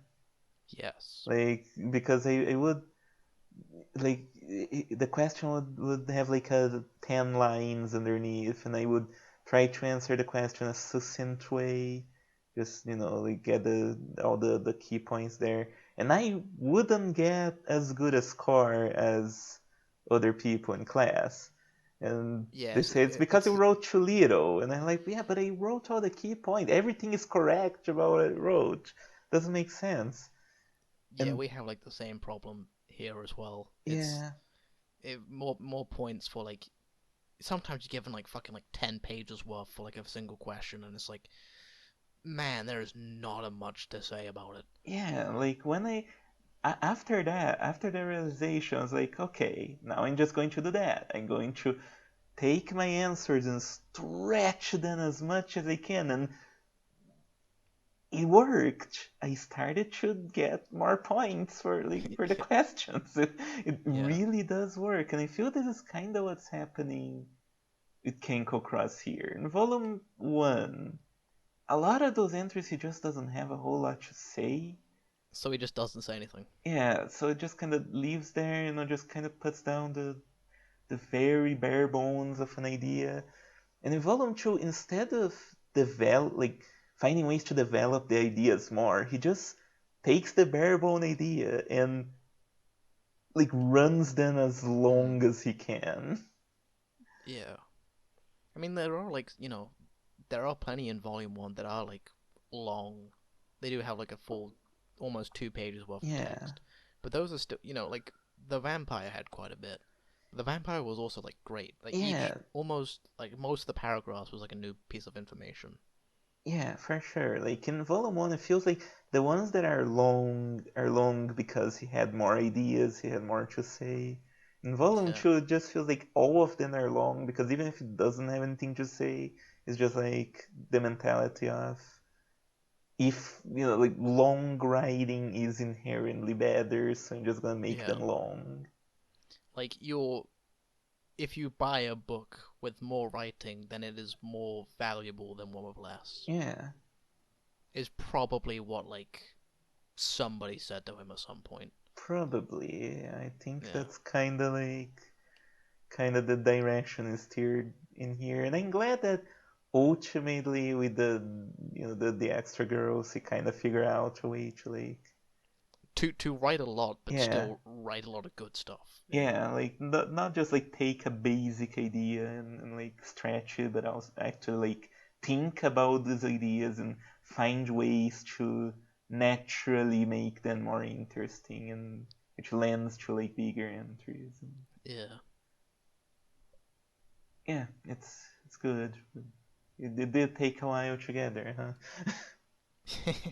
Yeah, yeah. It took him some years, but yeah. I still don't know which one I truly prefer over Volume One or Volume Two. But Yeah, I think I would slightly give it an edge to Volume One. But probably. Yeah, design wise, Volume Two oh yeah, generally art has wise, some better designs.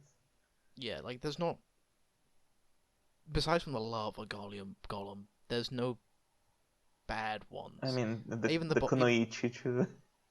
oh yeah. I mean that's just kind of like basic, really. Yeah, Yeah, that's one that really could have just been fucking cut. That's yeah, really just could have been cut. could. But we already fucking ranted about that. Yeah. So All I right. think we can jump over Yeah. to the next one. Apophosis. Apophis. This is the Egyptian one, right? This is the Egyptian one. Yeah, it's like the great serpent from. Yeah, that fights Oh, Ra, I believe. yep.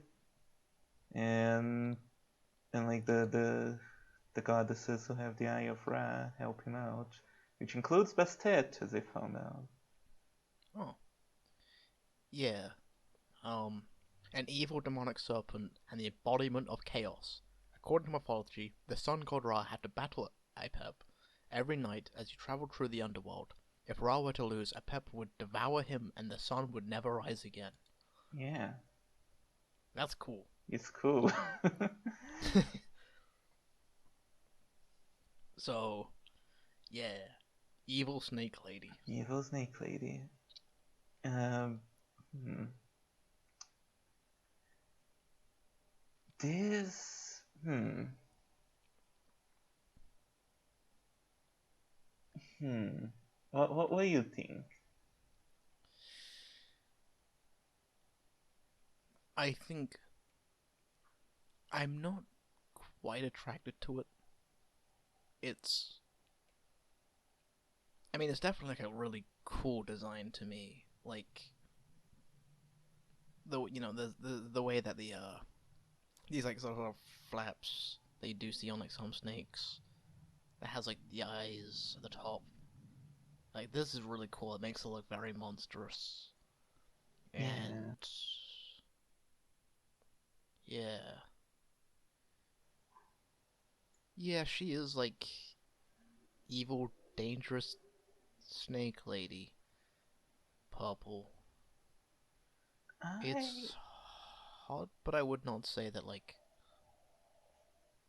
for me immediately. Yeah, I don't love this design. I feel like once again, it doesn't feel quite as grandiose as it could be for like a design like this. It's better than the echidnas for Echidna. sure. Like Yeah, the yeah, echidna absolutely. should have been closer to these, right? Mm, yeah. But I still think it's a bit kind of aimless. Like, Like, comparing it to, like, the Act Like Nature or the Night Gaunt, this definitely does not feel. I mean, those are like Lovecraftian. yeah, So in terms of like, I mean, so far like most of the more like higher power like goddesses we've seen is kind of like on par with that, I guess. Like I think this is a better design than the Sphinx and the Anubis probably. yeah. It's more monstrous. Can you zoom in on her face a little bit? Mm. Oh, she has like a lip piercing. She does. Hmm. She sort of has like this sort of like it's kind of like a crown, but it's also like horns that don't quite make sense, but they don't need Yeah. to. But it Yeah, I does sort of guess, form a heart. There's like a heart around this like Eye of Sauron. yeah, she just That's kind of cool. holds it there with magic, probably. Yeah. She kind of has like those things hanging out of her nipples. Yes. Yeah. A lot of yeah. I noticed that in Volume Two. Kenko Cross seemed to have drawn a thing for like metal, nipple Oh spikes. yeah, all the ones that have that are volume 2, right? Yeah, The the fucking the Gandharva and the Gandharva and demons. the demon. Yeah, Well, at least these are not like, you know, they're not ridiculous. No, yeah. they droop down a little bit. Yeah, I don't know. This design doesn't really do anything for me. It's kind of cool, but not super appealing, I think. Yeah, It's yeah. Same cool, here. just, you know. Yeah, she's cool. Aphosis, family Lamia type reptilian. Habitat: deserts. Nature: aggressive, lustful. Diet: carnivorous. Favors wild animals and the essence of human men. Damn, Okay. she eats both. She eats Hmm. both. She's not a picky eater, no. Well, Okay, I took text. a look at the freaking second image for a moment, and it seems kind of cute. We'll get you that. Aphosis are dark snakes said to embody the power of the realm of the dead. They were created by the gods as the enemies of the pharaohs to keep them from waking. In the realm of the previous overlord, many pharaohs were returned to dust, never to wake, by the power of the Aphosis. Many empty, massless ruins remain as stark reminder of this time. These days, Aphosis continue to oppose pharaohs, but do so by changing their nature through the power of the new overlord and do not kill them. Aphosis bodies contain a powerful, unusual nerve poison, which they release into their prey through biting. If their prey is a woman, the toxin will corrode her body with the intense pleasure until it is reshaped into one highly receptive to, and gluttonous for, pleasure. Her psyche is transformed, so she can do nothing but scrabble, but scrabble for the love and pleasure of her partner. Okay, It's I don't know if gonna, you know Scrabble is like a game, yeah, they so kind of thought fucking we're kind of gonna, fucking threw me off. I thought it gonna was get you Scramble, and it's to like play yeah. Scrabble, and apparently nobody likes. I mean, it's not a bad game, but it is for like 7-year-olds. Oh, It's like even more old person than chesses or checkers. damn. Um, but if you're horny for Scrabble, This girl might be for you. Oh, the Sphinx would really like her. Oh, Oh, they're from the same mythology. What if the they Sphinx, are. like, her lore says that she can betray, like, her pharaoh. She doesn't give a shit, right? Yeah, What yeah. if she's just like, you know what? Like, I'm going to defend the tomb of the pharaoh, and then the Apophis brings out the Scrabble, and she's like, never mind. Well, shit. Now I don't even want to read the rest of this. This is where we already came up with something better. Yeah. As wanton as any monster should be. Once the poison has been instilled, it remains without fading. Swayed and enhanced by it, she proceeds to swear servitude to the Apophis. Monsters compromised by the Apophis' poison, even those disinclined to attack men, will take the initiative by mounting and violating them. Human women will be reborn as Lamias to serve the Apophis faithfully, and proceed to attack in search of love and pleasure. Even human men will be consumed by ardor and turn into incubi, always desirous of monstrous pleasure, and thus well suited to be the husbands of monsters. The Apophis can never subjugate a pharaoh without killing her. Well, sorry, the Apophis can even subjugate a pharaoh without killing her. Corrupted by the toxin into a beastly monster, the pharaoh forgets her country, seeks her husband, and disappears with him forever into her chambers. The Apophis then takes the pharaoh's place as ruler of the kingdom. The region surrounded what once was the pharaoh's ruined kingdom becomes an umbral monster realm, where the sun ceases to rise. Instead, eternal night reigns, the air filled with witchery, heated feverishly by communion of monsters with their husbands. A monstrous paradise. Having acquired her own kingdom, the Apophis thereafter seeks to lay her poison fangs into more monsters and human women, enslaving them to further the monster realm's lascivious, Lascivious. lascivious reach. Anubises, now the loyal servants of the Apophis, hatch filthy and scurrilous plans to devour love and pleasure and expand the paradise. Sphinxes increase the Dark Eden's population by assaulting travelers, even venturing into the human settlements to carry human back into the monster realm. Apophyses are as greedy for love and pleasure as those they corrupt with their poison. When an Apophysis takes a liking to a man, she fills him with poison and binds him with her serpent tail, engaging him intimately. Her movement is reminiscent of a snake gorging on its prey. When the man lets loose his essence, her folds throb, gulping it down as if to say this is only the beginning, and she presses her as she presses her consuming pleasure upon him. Once she finishes sipping his essence, he is left staring as she licks his taste rapturously from her lips. He finds himself overwhelmed by the thought of further consumption, because Apophis are monsters, especially monsters of the Lamia family. They form intense attachments to their husbands. An Apophis who secures a husband before assaulting a pharaoh often forgets about the pharaohs, who are supposed to be the reason for her very existence. So, Good it, thing we mhm. did cats and dogs first, eh? Oh yeah, for sure. Imagine this written as like an account, like in the like in Oh with the yeah, Balrog.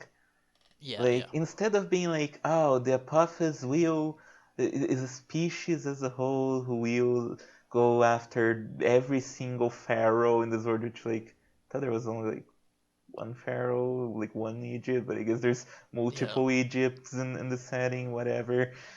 Like they're all going, like their life goal is to go after the pharaoh and take over and create like an umbral monster realm. Like imagine how much cooler it would be as like here's an account of one Apophis who was so strong and so seductive. She managed to corrupt the pharaoh, take her place, and plunge the kingdom into like 1,000 years of darkness, where it yeah, was just like monster girls like assaulting men and like chaos everywhere. It would be so yeah, much better, so much cooler. Here it's like yeah. It such a would be. nothing. It Yeah, yeah, I think it is. It is sort of downgraded by like it is always less special. These ones are less special because there's more than one. I will agree with that. Because like yeah, as you said, like how many pharaohs are there? How many Yeah, kingdoms? I guess like pharaoh is just sort of used interchangeably with lord. You know, I it's just like guess. there's no pharaoh girl in here, by the way. Oh. Pharaoh is supposed to be like a human. I thought it would be like in Uh, the mage category. Guess not. no. Huh. No. Sorry, That's no. odd. Like yeah, Yep. this could be like a whole race of like corrupted dark Lamias who they became so corrupt they became like a different species and then like one of them scoured off from the darkness and managed to like take over a kingdom and corrupt everyone. It would be so Mm, much cooler. yeah. But as a whole species that has like one goal, it just becomes kind of stupid. Yeah, like, cause again, like, what it's based off of was like a dark snake that had like one goal, which was like, Yeah, to defeat Ra and like to eat him. And so, if this was one singular one, yeah, whose goal was to take over every single kingdom in Egypt, or like the deserts, I guess. Uh, that would be better.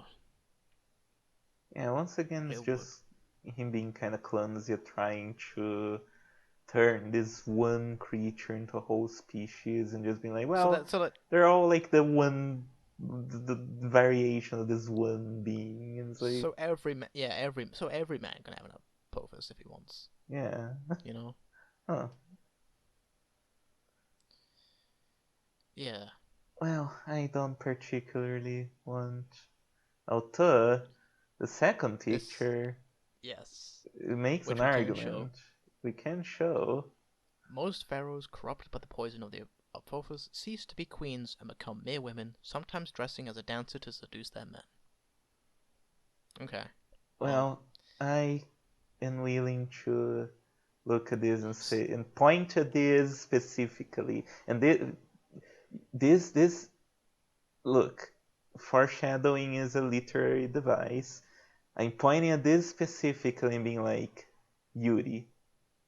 This is Yuri. yes. You This cannot is say that this is not Yuri. this is a woman corrupting another woman. Even if there is a man involved, she is still like actively seeking out to corrupt and bite these noble pharaoh women Yeah, and turn them into women, mere women.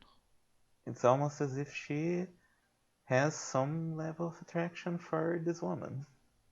Yeah, She's good. this right boob is a little drawn a little bit weird, but Yeah. doesn't matter. Good image. It's a Uh, it's a it's a funny snake boob. They have different anatomy. okay, let's see. Is there anything before we move on? Once again, is there anything? Uh, yeah. Okay.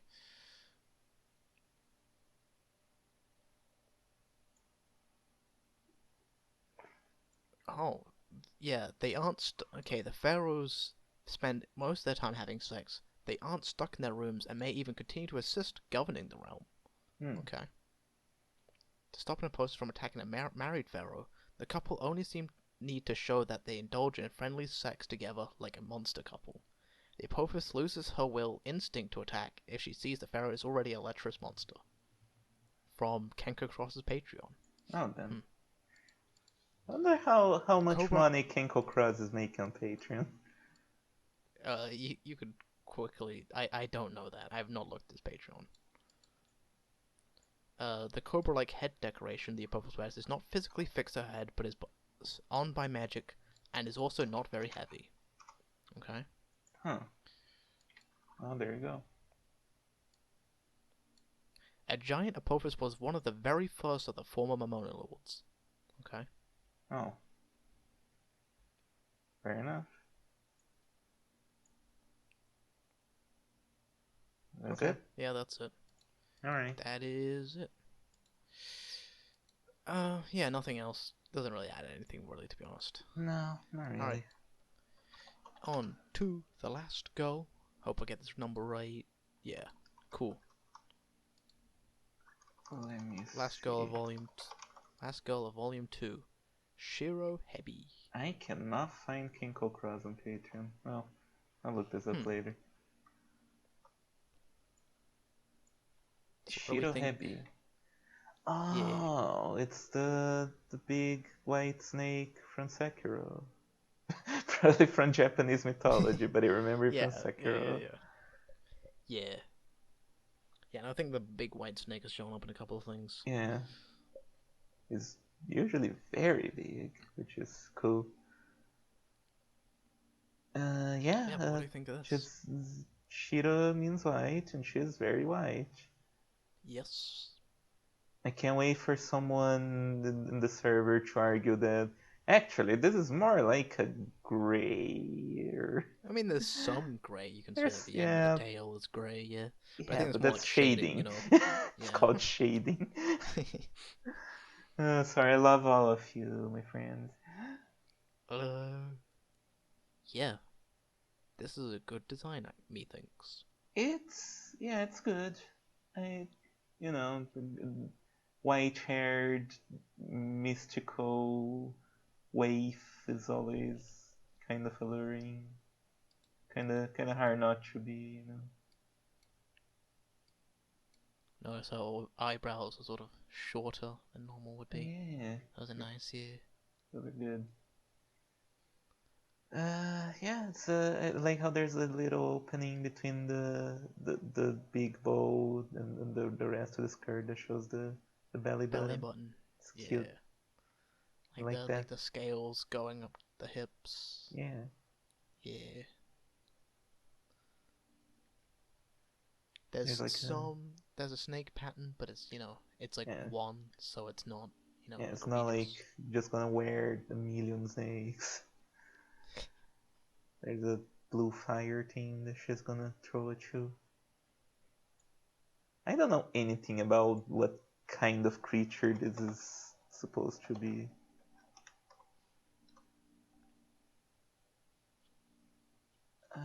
Let's see. What the fuck? Oh no, the first result on Google is the Naruto thing. Oh shit. I mean, I was thinking of Naruto, but I was not gonna say it. Yeah, I didn't even know there was. Oh, I guess Orochimaru, but Yeah.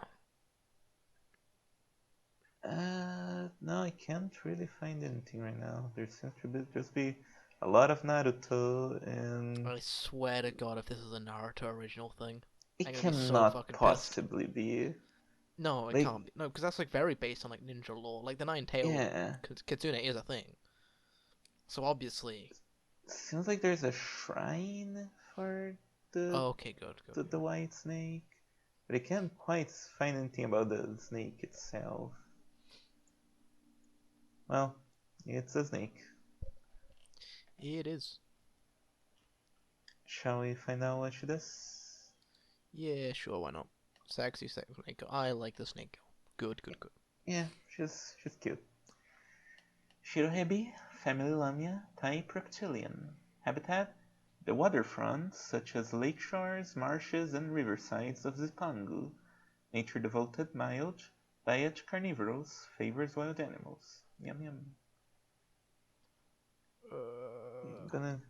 Wow, there's certainly a lot of second pictures for the Lamia. That's what I was gonna say. There's been a second image for every single one. You see what I'm saying? Lamia propaganda is real. It's real. I mean, there was a Down lot with for the the snakes. there was a lot for the harpies, you know. Less than this. Yeah, no. Well, it Freaking. sucks to suck, you know. Mm. Okay. I mean, I don't think any of the extra pages, none of the extra pages have second images. I think that's like a only the encyclopedias does he add them. Yeah. Uh, but I imagine the one extra goal we have, I'd imagine that would have a second image if he made it volume 3 at any Hmm. point in his life. Well, He would probably probably. add it. Most likely. 7 Lamia pictures. Oh my gosh, fucking. Uh, well, the Shirohebi or White Serpent is a variant of the Lamia that lives in Zipangu. Shirohebi are distinguished by their pale skin, white hair, and white serpentine lower bodies. It could just be white hair and serpentine lower bodies, but okay. Yeah. You Unlike know, there's most. like two extra words ups the word count. Oh, yeah, right. Every single one matters. Yeah, like if it didn't have those two extra words, it would be like an 8 out of 10, but with those, it's like a 10 out of 10. Yeah. Unlike most monsters, they are quiet and mellow in nature. Their demeanor may give those who view them a certain sense of ephemerality. They serve as shrine maidens for the Ryu, who are worshipped by some humans as water gods. Shirohebi themselves contain powerful water mana and often find themselves the object of religious veneration as well. When a Shirohebi finds a man she likes, she gives herself to him completely in the manner characteristic of Zipangu's monsters, devoting to him her body and soul. As such, she does not take his body by force. However, she will never give up on a man once she has fallen in love. She will follow him anywhere, no matter where he runs, pouring her love and devotion upon him until they are bound in the manner she desires. It is almost unheard of for a man to escape her pursuit. Sooner or later, he is charmed by her lavish affection and magic. After some time, he wishes to copulate with her and becomes her husband. The delicate liquid undulation of her form drives him to take her in his arms. Once he draws her near, her white body quietly slithers about him, like he is sinking into water. She accepts all of his heat and fury into her body and heart with peaceful, loving kindness. In this union, the man finds both pleasure and comfort and thus falls under her spell. Shirohebi can be very jealous. They hate their husbands having contact with other women. If Shirohebi's husband meets with another woman, human or monstrous, or proves unfaithful, the Shirohebi will be consumed with envy. Quiet wrath brims within her, and she moves to pour a ball of her mana into him. Okay. This sphere, formed by her jealous wrath, looks like blazing fire and is quite incongruous with her watery nature. Incongruous. Incongruous.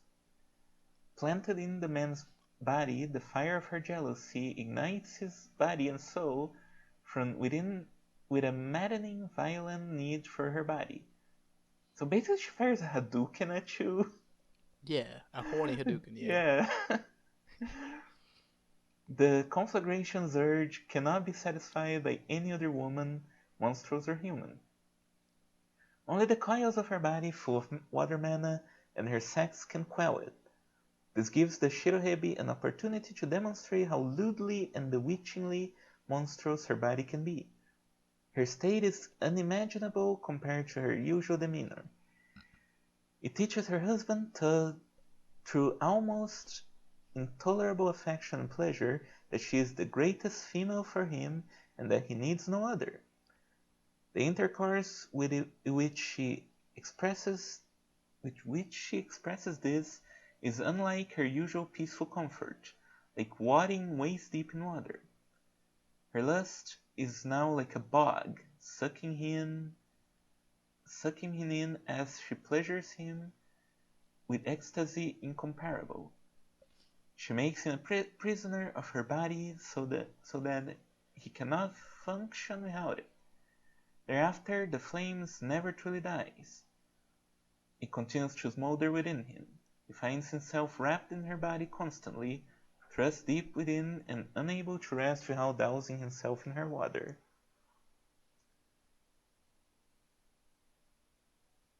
Uh, hmm. This is a weird one. It is kind of weird, isn't it?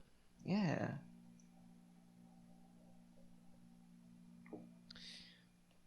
I mean, the whole like jealousy thing and sort of like desperateness and possessiveness has been a thing for like most of them, right?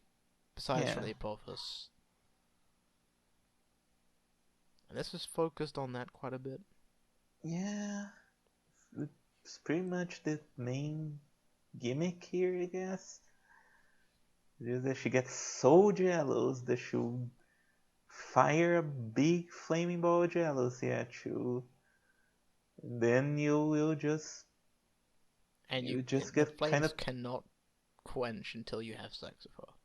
yeah, like it even say the flames never truly die, so you're altered forever. You just now you need to have sex with her should Yeah. even be able to live properly.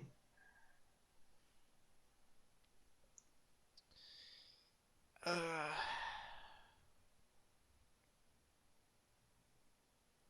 Well, there's a second I image mean, that we I cannot I really do show. I do kind of like, yeah, I kind of like this. Think of this as more like a yandere thing. I think I can kind of get into it. Yeah, but like it's not written in a interesting way that No. makes me like that lights the fire in my heart. Like the Yeah. Shogoff is peak yandere. Like the Shogoff is like just gets me feeling silly, gets me like Yeah, not yeah, thinking straight.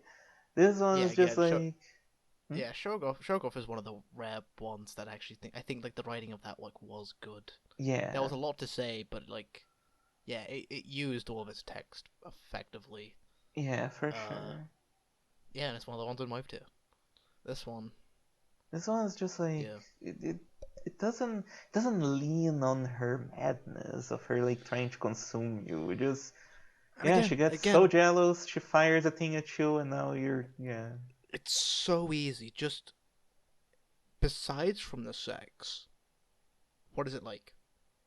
Just answer that question, and it can Yeah, do so much. Because even if she like the Shirohime was like the hottest woman in the world to me, if I consider the most attractive thing I've ever seen, there's still 23 hours and 57 minutes of the day left. I gotta do something. I gotta do yeah. something.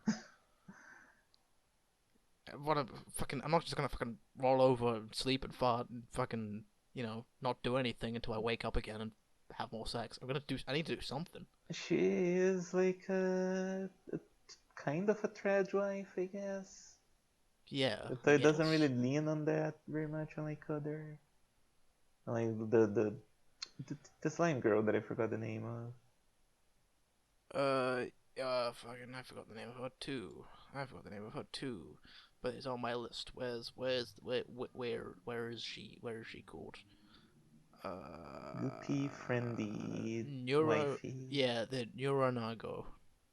Oh right, Neuronago. Nurio Nago. Yeah, that one focuses a lot more like it. Though these two share a lot of similarities in the way they go, except that this one kind of ditches that pretty quickly and just Yeah, becomes and all I about the mean, jealousy. yeah, there's like a gap in between them as well. That's like page 214. This is Oh, page 187. and like it could be an interesting contrast. It's just that it's done in such a boring way. Yeah. Also, I have to. Yeah, it did occur to me. Is it like all like it says in this entry that like all the monsters of Zipangu are more passive. Is this Well, problematic? Zipangu is, from what I think, what I believe, is basically just a stand-in for like ancient rural Japan, right? Yeah, Like it's that's like where the like the Wutai. kunoichi is. That's where the Yeah, fucking.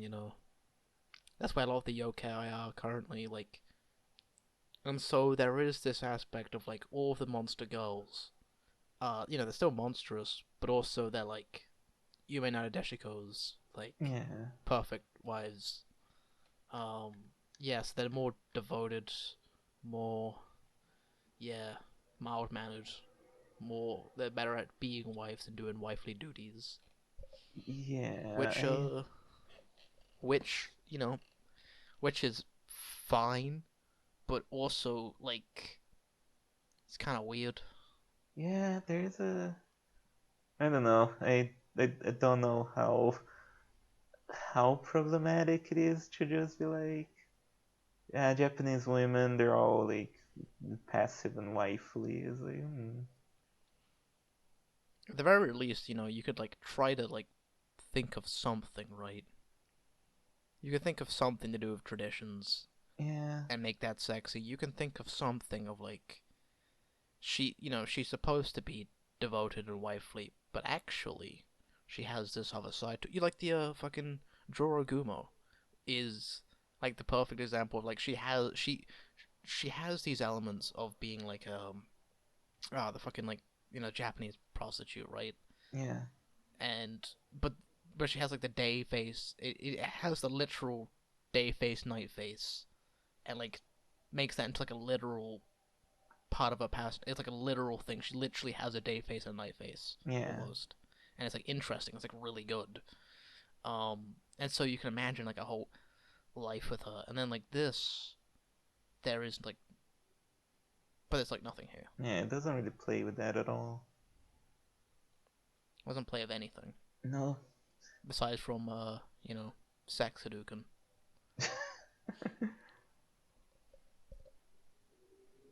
Okay, so second Anyway, image we second cannot image. cannot show their Yeah, lips. yeah, Kind of yeah. hot, too, yeah. It's a good image, yeah. Once the flame of the Shirohebi's dark sentiment has been lit, her husband's passion for her flesh will thereafter burst ablaze every time the unsettling touch of her mana-stained fingers creeps across his skin. Yeah, And that's a bit hot, but yeah, you know, like lean more yeah. into this physicality, like make it like make more of a thing about it, like how her very touch will be arousing to the Yeah. extreme, like there's something there. I mean, there's also something to be said by the fact that there's no trivia and no Q&A. Oh, It's like no one's ever asked a question about the Shirohebe. oh, that's kind Nobody. of sad. Yeah. She's Yeah. nobody's favorite girl. No, I'm sure there's someone out there that that This is the perfect loves woman her. for Yeah, you. I hope so. They all deserve love. yeah.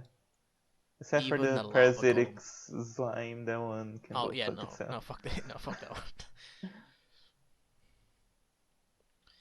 All right, um, You have one more? we have one more.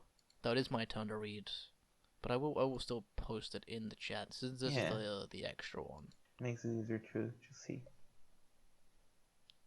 Uh, do, do, do, do.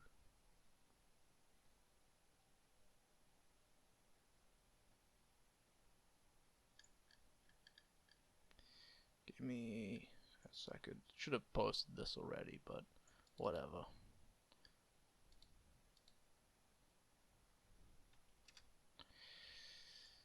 All right, There you go. Let's look at it. the bunyip. It's fluffy. It is fluffy. Okay. Oh, huh. I So what do you? wanna. Okay, that helps Yeah, quite a bit. because a lot of your problem has been the scaliness of it. Yeah. Um, but yeah, what do you think? What do you think if there's like this mixture of like fluffy and scaly? If she's fluffy, I think I'm a little bit more on board. Like it's like a big, you know, pillow kind of, just Yeah.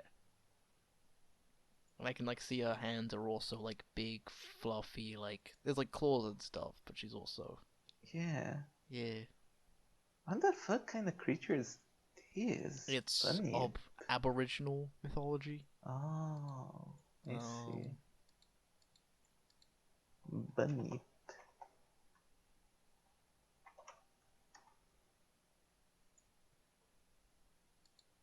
Yes, Southeastern Australia. yeah. Oh, the illustration here is the big old like cat creature. Huh.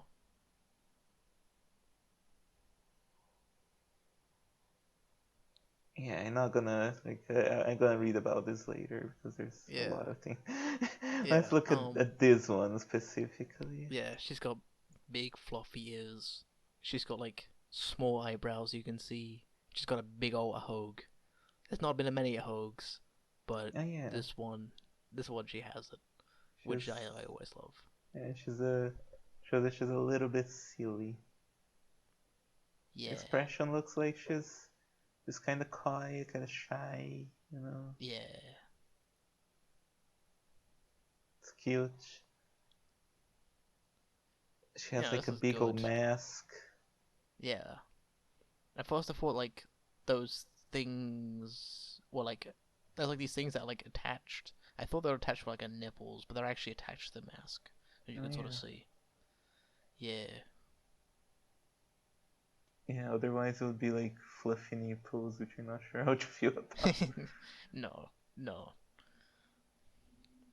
Yeah, cute design. Like the colors play well. You know, the kind of like grayish skin with all the white fluff. The mask stands out. You know, there's a little bit of stands out how like looking out of place. Yeah, yeah, because like the feathers blend in with the rest of it, Yeah, but they also yeah the mask. It's a cool mask though. yeah. Yeah, I know. I like this. I like this quite a lot. It not maybe not not my favorite of the newer designs, but It is. it's Is it the most? Is it your favorite of the Lamias? This is the last one. oh hmm. It might be. If only because the fluff helps a lot. Yeah. Okay. All right. I think we'll get into it because we're like 2 hours in, so I might as well just Yeah, start reading. let's go. Bunyip. Lamia family, reptile type. Habitat, the waterside of rivers and lakes, etc. Disposition, ferocious, timid, cowardly. Diet, carnivorous, wild animals, etc. Etc. etc. I mean, I can kind of imagine, carnivorous, wild animals and shit. Yeah. A kind of lamia that lurk by watersides. Their body is covered in fur, and their eyes emit an uncanny light. They have large they have a large build for a lamia family monster, and possesses both superhuman strength and agility at the same time, using their Hmm. long tail as a spring to launch themselves at their prey. Oh, she's silly and super strong. That's okay. The bestial nature dwelling within them is extremely powerful, and since their reproductive urges are ferocious, they are feared as a race that aggressively attacks men. Despite the ferocity of their appearance, on the contrary, normally they are so quiet that it's eerie, and they live by concealing their body in water in order to hide. For that reason, they are frequently mistaken as beasts with bird beaks, beasts with giant tail, and so on, by many who have witnessed them, and they are often treated as an unidentifiable monster. They move around inside the water without making a sound, and when they spot a man, after gazing fixatedly at him, they launch themselves upon him without so much as a warning. They certainly do look like reasonless monsters launching an attack to kill and devour their prey. On the other hand, they are beings endowed with high intelligence who possesses enough reason to suppress their bestial nature under normal circumstances. If you can come in contact with them, you'll probably be able to capture a glimpse of their quiet and timid true character too. However, despite being able to converse, it doesn't seem to be their strong point, and they're extremely poor at conversing with men in particular. For example, from what I've heard, even if they think that they want to become intimate with a man, they aren't able to express it in words, and their heads go blank in the presence of the men, so they become unable to speak properly. Okay, and I would like to see a second image of her being all like, you know, in anime when a girl gets really shy, her whole Yeah, face lights blush. up red. Yeah. It would be In cute. other words, when they appear to be fixatedly at prey, it's actually that they're worrying about how to strike up a conversation with a man, and when they suddenly leap upon him, it's the result of their own urges going out of control due to the confusion. Typical of Lamia, they prefer to coil their serpentine lower half around their husband's body and use their entire body to embrace him. From the way they are closely adhered to their husband with the entirety of her body, we can see the obsession with males typical of serpent monsters, but at the same time, the seemingly genuine happiness they appear to exhibit as they draw their face close to their husband makes them also appear just like a little girl hugging a precious stuffed toy and refusing to let go. Even among the Lamia monsters, their serpentine body is especially soft, and their manner-imbued fur doesn't lose its fluffy feeling even after soaking up water, so they are proud of feeling extraordinarily good to hug. Their body is devilish in even different sense that their body is devilish in an even different sense than that of a succubus. And it is said that when they wrapped in their body, the person embraced will feel so pleasantly comfortable that he'll lose strength and surrender himself. When they're succumbed to their bestial nature, sex with them is like being mercilessly wrung dry of mana by a monster that seized hold of its prey, violently ferocious. After losing it, they probably don't feel any resistance to their own state. However, when not in that state, even when coiled around their husband, embracing him, they also appear to blush out of embarrassment for what they have done, like an innocent young woman. And then even when having sex, they'll move their hips in a timid manner, while paying close attention to the signs from their husband. Yet, just like how when prey is taken into a giant maw of a monster lined with sharp fangs, where the slightest little nibble will inflict fatal wounds, even when they barely shake their hips. Regardless of the intention of the bunyip herself, violent pleasure will be induced in the penis being snapped up, and the man will be led to ejaculate as if being greedily devoured. Huh.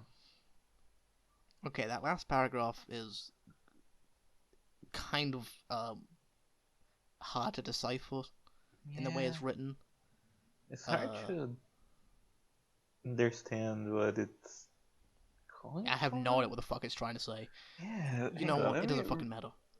Yet, just like how when prey is taken into a giant maw of a monster lined with sharp teeth, where the slightest little nibble will inflict fatal wounds, even when they barely shake their hips, regardless of the intention of the bunyip herself, violent pleasure will be induced into... Okay, I still don't get it. I'm going... I mean, it sounds... I think it's supposed to be like a blowjob, which is like a weird way to end it, but it's Yeah. also implying that like teeth is involved. Oh, no teeth, please. Especially when I'm they have going to sharp fangs. I'm going to ignore that last one, that Yeah, last fucking paragraph, because it's really fucking weird. I can go It's a cross. really I'm gonna take my little like highlighter like marker and just highlight this whole paragraph like and get then rid of it. take a little like red pen and put some question marks next to it. Then write a big 9 out of 10. There you go. Yeah. Anyway, the rest of this, It's I cute. love it. It's good.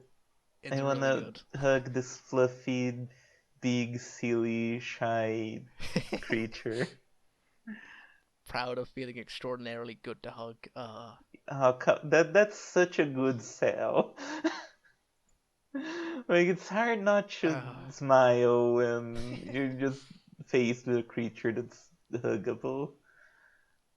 uh, yeah, you like Uh, think that they're like a dangerous monster, but actually, dangerously watching their prey. But it turns out they're just like unable to approach you, and like they're yeah, so shy and stuff. Oh man, they don't know how to approach, so they just pounce. yeah. Oh, this is cute. I like this one. I wanna like hug her. I love her so much. You think the part like in the front of her tail is also cuddly? Probably. I would It's think definitely so. probably soft, yeah. Yeah. Okay, she's good. She's Yeah. good. Okay. We'll move on to the tier list. Tier list. So while this loads up and I gather all the girls, I'm plug going to away. plug. Yeah. So I have a hood. I have a hello. I do a comic called HARPY Story. It's a comic where decisively the main character is not a Lamia, Boo. and you're free to write a fanfic called Lamia Story or something if you want. But you can read it at harpystory.thecomicseries.com. Yeah. I mean, I mean, I'm gonna say this. I would put like Lamia in like my top three, but I think like Harpy is like one or two. They're still. Harpies are I great, yeah. I would put a Harpy above a Lamia. Yeah, harpies are wonderful, and yeah, you can do that. You can support me on patreon.com/harpystory, where you can get pages early. There might be one new page coming out today or tomorrow, depending on how things go. Should come out today. It should have come out yesterday, but none of these dates will be important by the time this video is out, so don't worry about Yeah. it. Uh, yeah, so check that out. I also stream on Twitch at twitch.tv/Alan where I'm still playing Breath of Fire 2. Should be getting close to the end soon. It's been a time.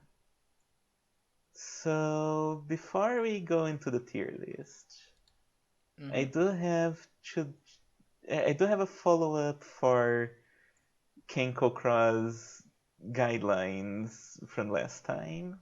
All right. Shoot. So I poked out around his site a little bit more after we were done recording last time, and I found the list of genres that Kenko Cross Circle covers and doesn't cover, which Yeah. is kind of an extension of the guidelines more or less.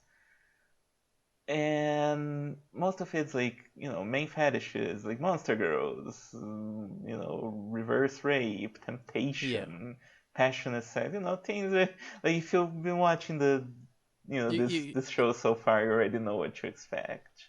yeah. Like nipples that have spiky armor guards. Yeah. But then I get And to reverse cowgirl. Yeah. yeah, of course.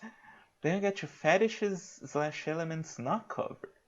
I'm sorry, Okay. those who like these elements may be offended.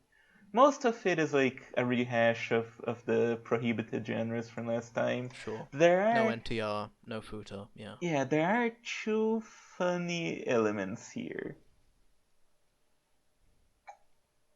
So from NTR, there's a big paragraph that goes, I don't cover any of this, whether it's from the bull's perspective, the cuck's perspective, or anything similar or derived. Also, according to the terms of the agreement for secondary works of this content, I have forbidden secondary works in this genre. It's possible you may be offended, so I would be happy if those of you who like this sort of fetish, even just a little bit, and those of you who find this sort of fetish to be erotic will refrain from viewing this website. Please cooperate and totally segregate yourselves. If you uh, like NTR just a little bit, segregate yourself. go to the gulag. No NTR allowed. No cucks Yeah. allowed. No, not in the establishment. Yeah, Uh, read the sign. Read the sign. yeah. No cucks. No cuts. Oh man. And then we have like, other people's wives swinging multiple men with monster girls. He's very Stuff not fixated on it, allowed. Yeah. actually. It does show up and it's like always at the top, like number one. It's Yeah. like the thing he's like the most serious about. Not even like, snuff or Riona, like, No. stuff that is also like cuck Yeah. shit is like the top of his like this is no He really hates NTR. Like, laid down the just law. no. Like, no. An ugly bastard hurt him at some point, and now he's completely against it. But then we have the real stupid one, Yuri. There are no homosexuals among the monster girls of Monster Girl Encyclopedia, so we don't cover it. Sorry. Okay, that's There not are true. no homosexuals. I mean, like exclusively Yuri.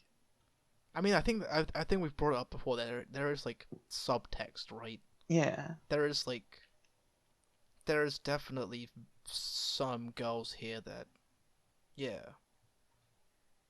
Yeah, but the there's like idea that there's quite like a few that do explicitly said to have sex with women. yeah, and like I mean like as terms of like women that are like exclusively into women, that doesn't exist obviously, seemingly in this universe. But there are women that are into other women. Yeah. Like there is at least some level of beauty here, as we've seen today. Yeah. Yes. Yeah. Like you can go across when a woman has sex with another woman to corrupt her. That's Yuri. I'm Yeah. sorry, you made Yuri. I'm the one who must apologize. Like, you should break those news out to you. uh, Yeah, that's basically it. funny. Silly. All right. Let's get down to it. It's only 7 goals Let's get down to business. to fight the Hmong. What is it?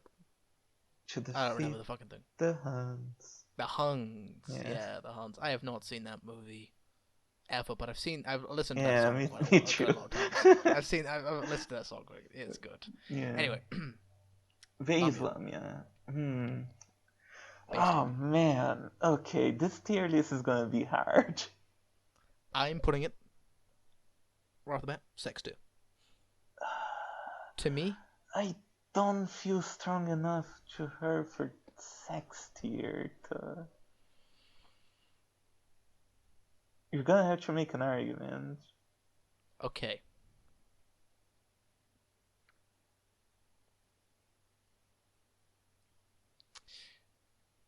She's a Lamia, Is that your argument? and yeah, pretty much. She's hot. She's Look, definitely yeah, she's hot. there are girls here that I am willing to put on sex tier. And I like them more than the base Lamia. Okay, where are you thinking? Are you thinking smooch? You thinking I would maybe think Smooch, yeah. smooch? Because I Okay, don't good. Okay. dislike her. No, she's got a good design. She's hot, a good color palette, and for what she It's sets just, up, it's a hot girl. yeah, just the lore didn't really give me much, I It is not feel. overlord, no, no.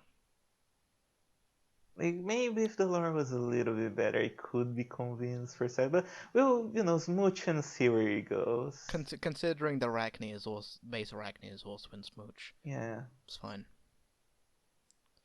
Medusa. Medusa, fuck. Uh, mm, I uh, wifed her. uh, mm. At least sex tier, I feel, because she does Okay. have that thing of like turning you to stone. So it's Oh like yeah, it yeah, can yeah. be a work in progress to like maybe not But get her to do that. I love her personality. I love the snake twin tails. I love I really love her. The only thing I think is a downgrade is that like the snake half is a bit too bulky, it's a bit too fat, but you know, Don't body that's shame. fine. She fucking little girls with fucking little bit of you know yeah she's I like it. It's fine. Uh, It's not too much. is she the Lamia I like the most here? Like she has an She's yeah. attitude. Like the Yes. fluffy one, the bunny. She's Both of the also great, but both of them are very personality driven.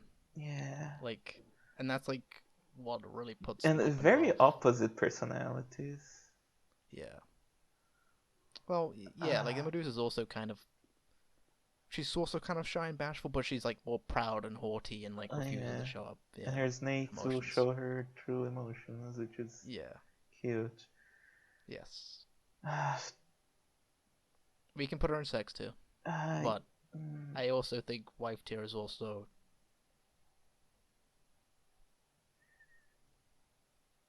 I am.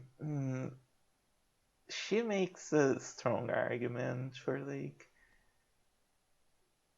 if there's one girl here that I feel would go wife tier. Like, let's say I have to marry one of these yes, snake girls. yes. Would it be this one? Let's say if you were married to Medusa, would that at all be a bad thing?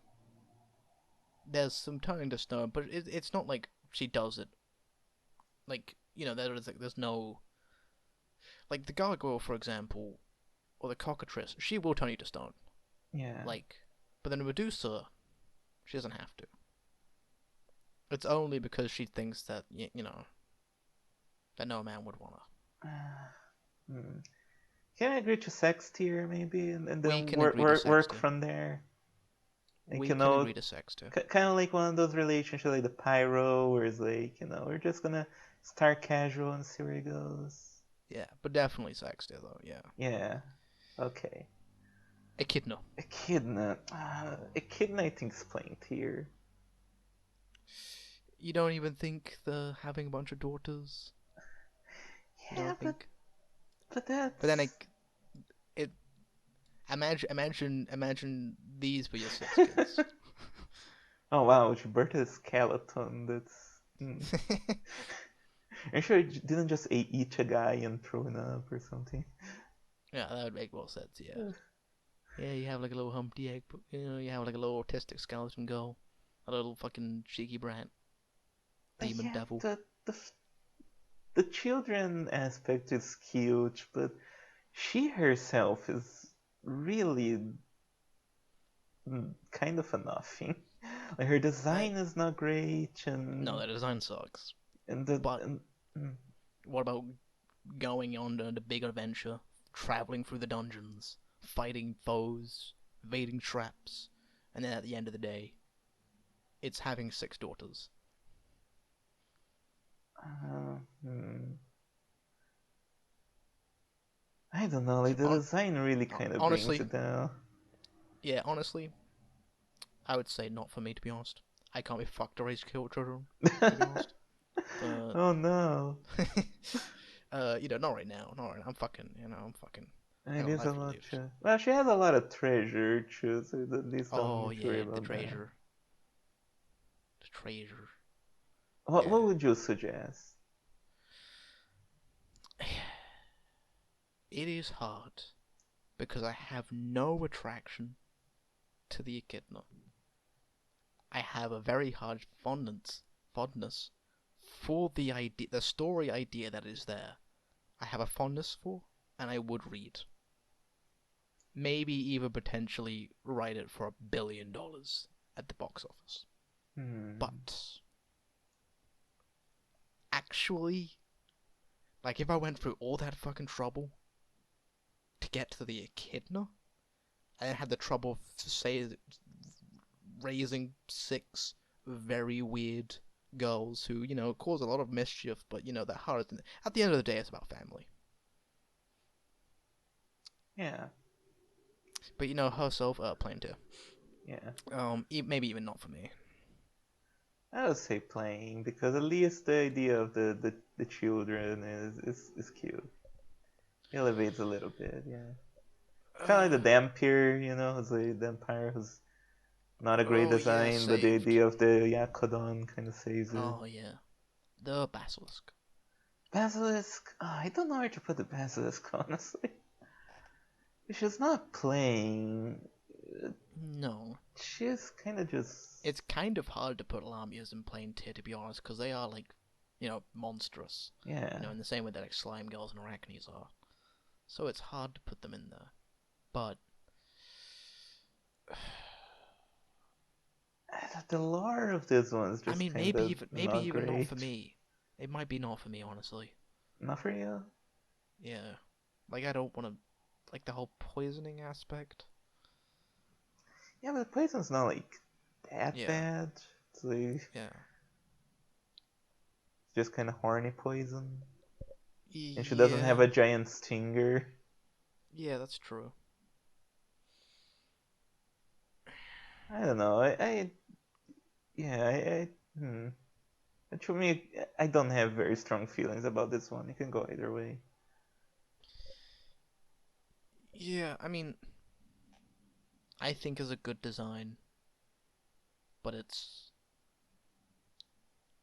yeah. I would say there's just like no strong feelings, so I guess I will put in plain tier. I would, I would maybe Yeah, say false. maybe Smooch, maybe Smooch for what? for the basilisk. Yeah, no. I mean, like, why would I smooch her? Oh, I don't know. It just feels a little bit better than plain tier because the design is okay. All right, yeah, fuck it, smooched it. Yeah, yeah, it's fine. It's fine. It's fine. It's fine. Yeah, Phosis. The Phosis. Apophis. What do you think? Again, I like the lore and the idea. I like the idea of corrupting an entire kingdom into darkness. I like this idea of a threesome with her and a pharaoh woman. And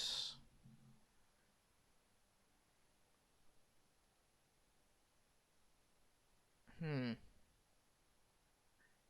she's definitely cool. I would put her on Smooch. Smooch. Yeah.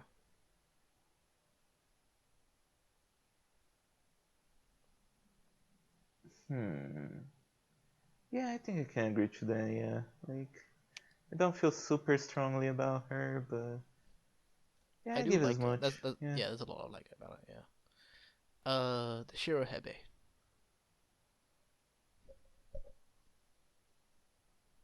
Sex tier. I feel like being the Sting's like you know wife or husband would be a little bit too Yeah, much. again, there's not enough. Because But if I, you I, look at one woman, she's going to set you on fire forever. yes, yeah. They're But the sex too of it, clingy, too jealous. yeah. Again, I would like to know a little bit more about the life of what it would be like with her. But the idea of hot, sexy, hot spring sex with the snake woman, yeah, definitely appealing. I would definitely put it in sex too. Yeah. Yeah, I think. Not the strong like in terms of what's on the sex tier. It would be on like if we were to put them in order, it would be on like the lower end of the spectrum, I think. Yeah, Um, next like the siren, uh, for me at least. yeah, But I would agree. certainly, yeah, Shirohebe is good. And last but not least, the Bunyip, who Okay, I'm saying out the gate, I'm saying wife tier. I will marry the fluffy snake. Yeah, I we got have one. I have been fucking brainwashed, and all it took was just make the snake fluffy. Who would have Ladies and thought? gentlemen, we got her. No! Yeah, Ah, yeah, Bunyip. I knew there was look, one, and if it was gonna be it, it was gonna be the extra page, wasn't it?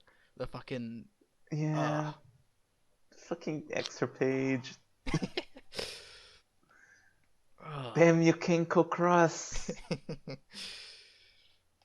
You're not gonna get away with this.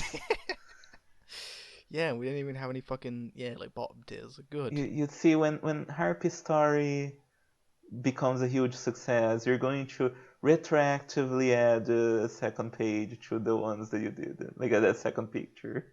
Yeah, yeah. I think like the Job didn't have one. Should have. Uh, Kurosa Tengu did not have a mahjong playing image. No. You know, they really screwed the pooch on that one, honestly. Oh my god. Yeah, Well, that's it. that was Lamia. What a strange episode. Yeah, Done with Snake Girls. We can next done, time hopefully something less done. Snake Girls. Yeah, well, there is a certain butthole I would like on the next episode, Oh. and it was originally going to be yokai, but I think I'm gonna change to something else, something with like a little fewer girls, because said butthole is not good. I don't think could read 13 entries, so 12 Well, entries. But if we can't get him on, then I don't know what we're gonna do. But it doesn't matter. We'll yeah, fucking we'll see. decide. We'll see. This has been Monster Girl Mondays. I'm your host Yakumon with Alan Horai. Read Harpy Story, Yeah. or we'll kill you. Ooh. Once again, subscribe, like, comment. Thank you, Kenko Cross. Yes. Kenko Yes. Cross has made Ellen Horai a snake fucker.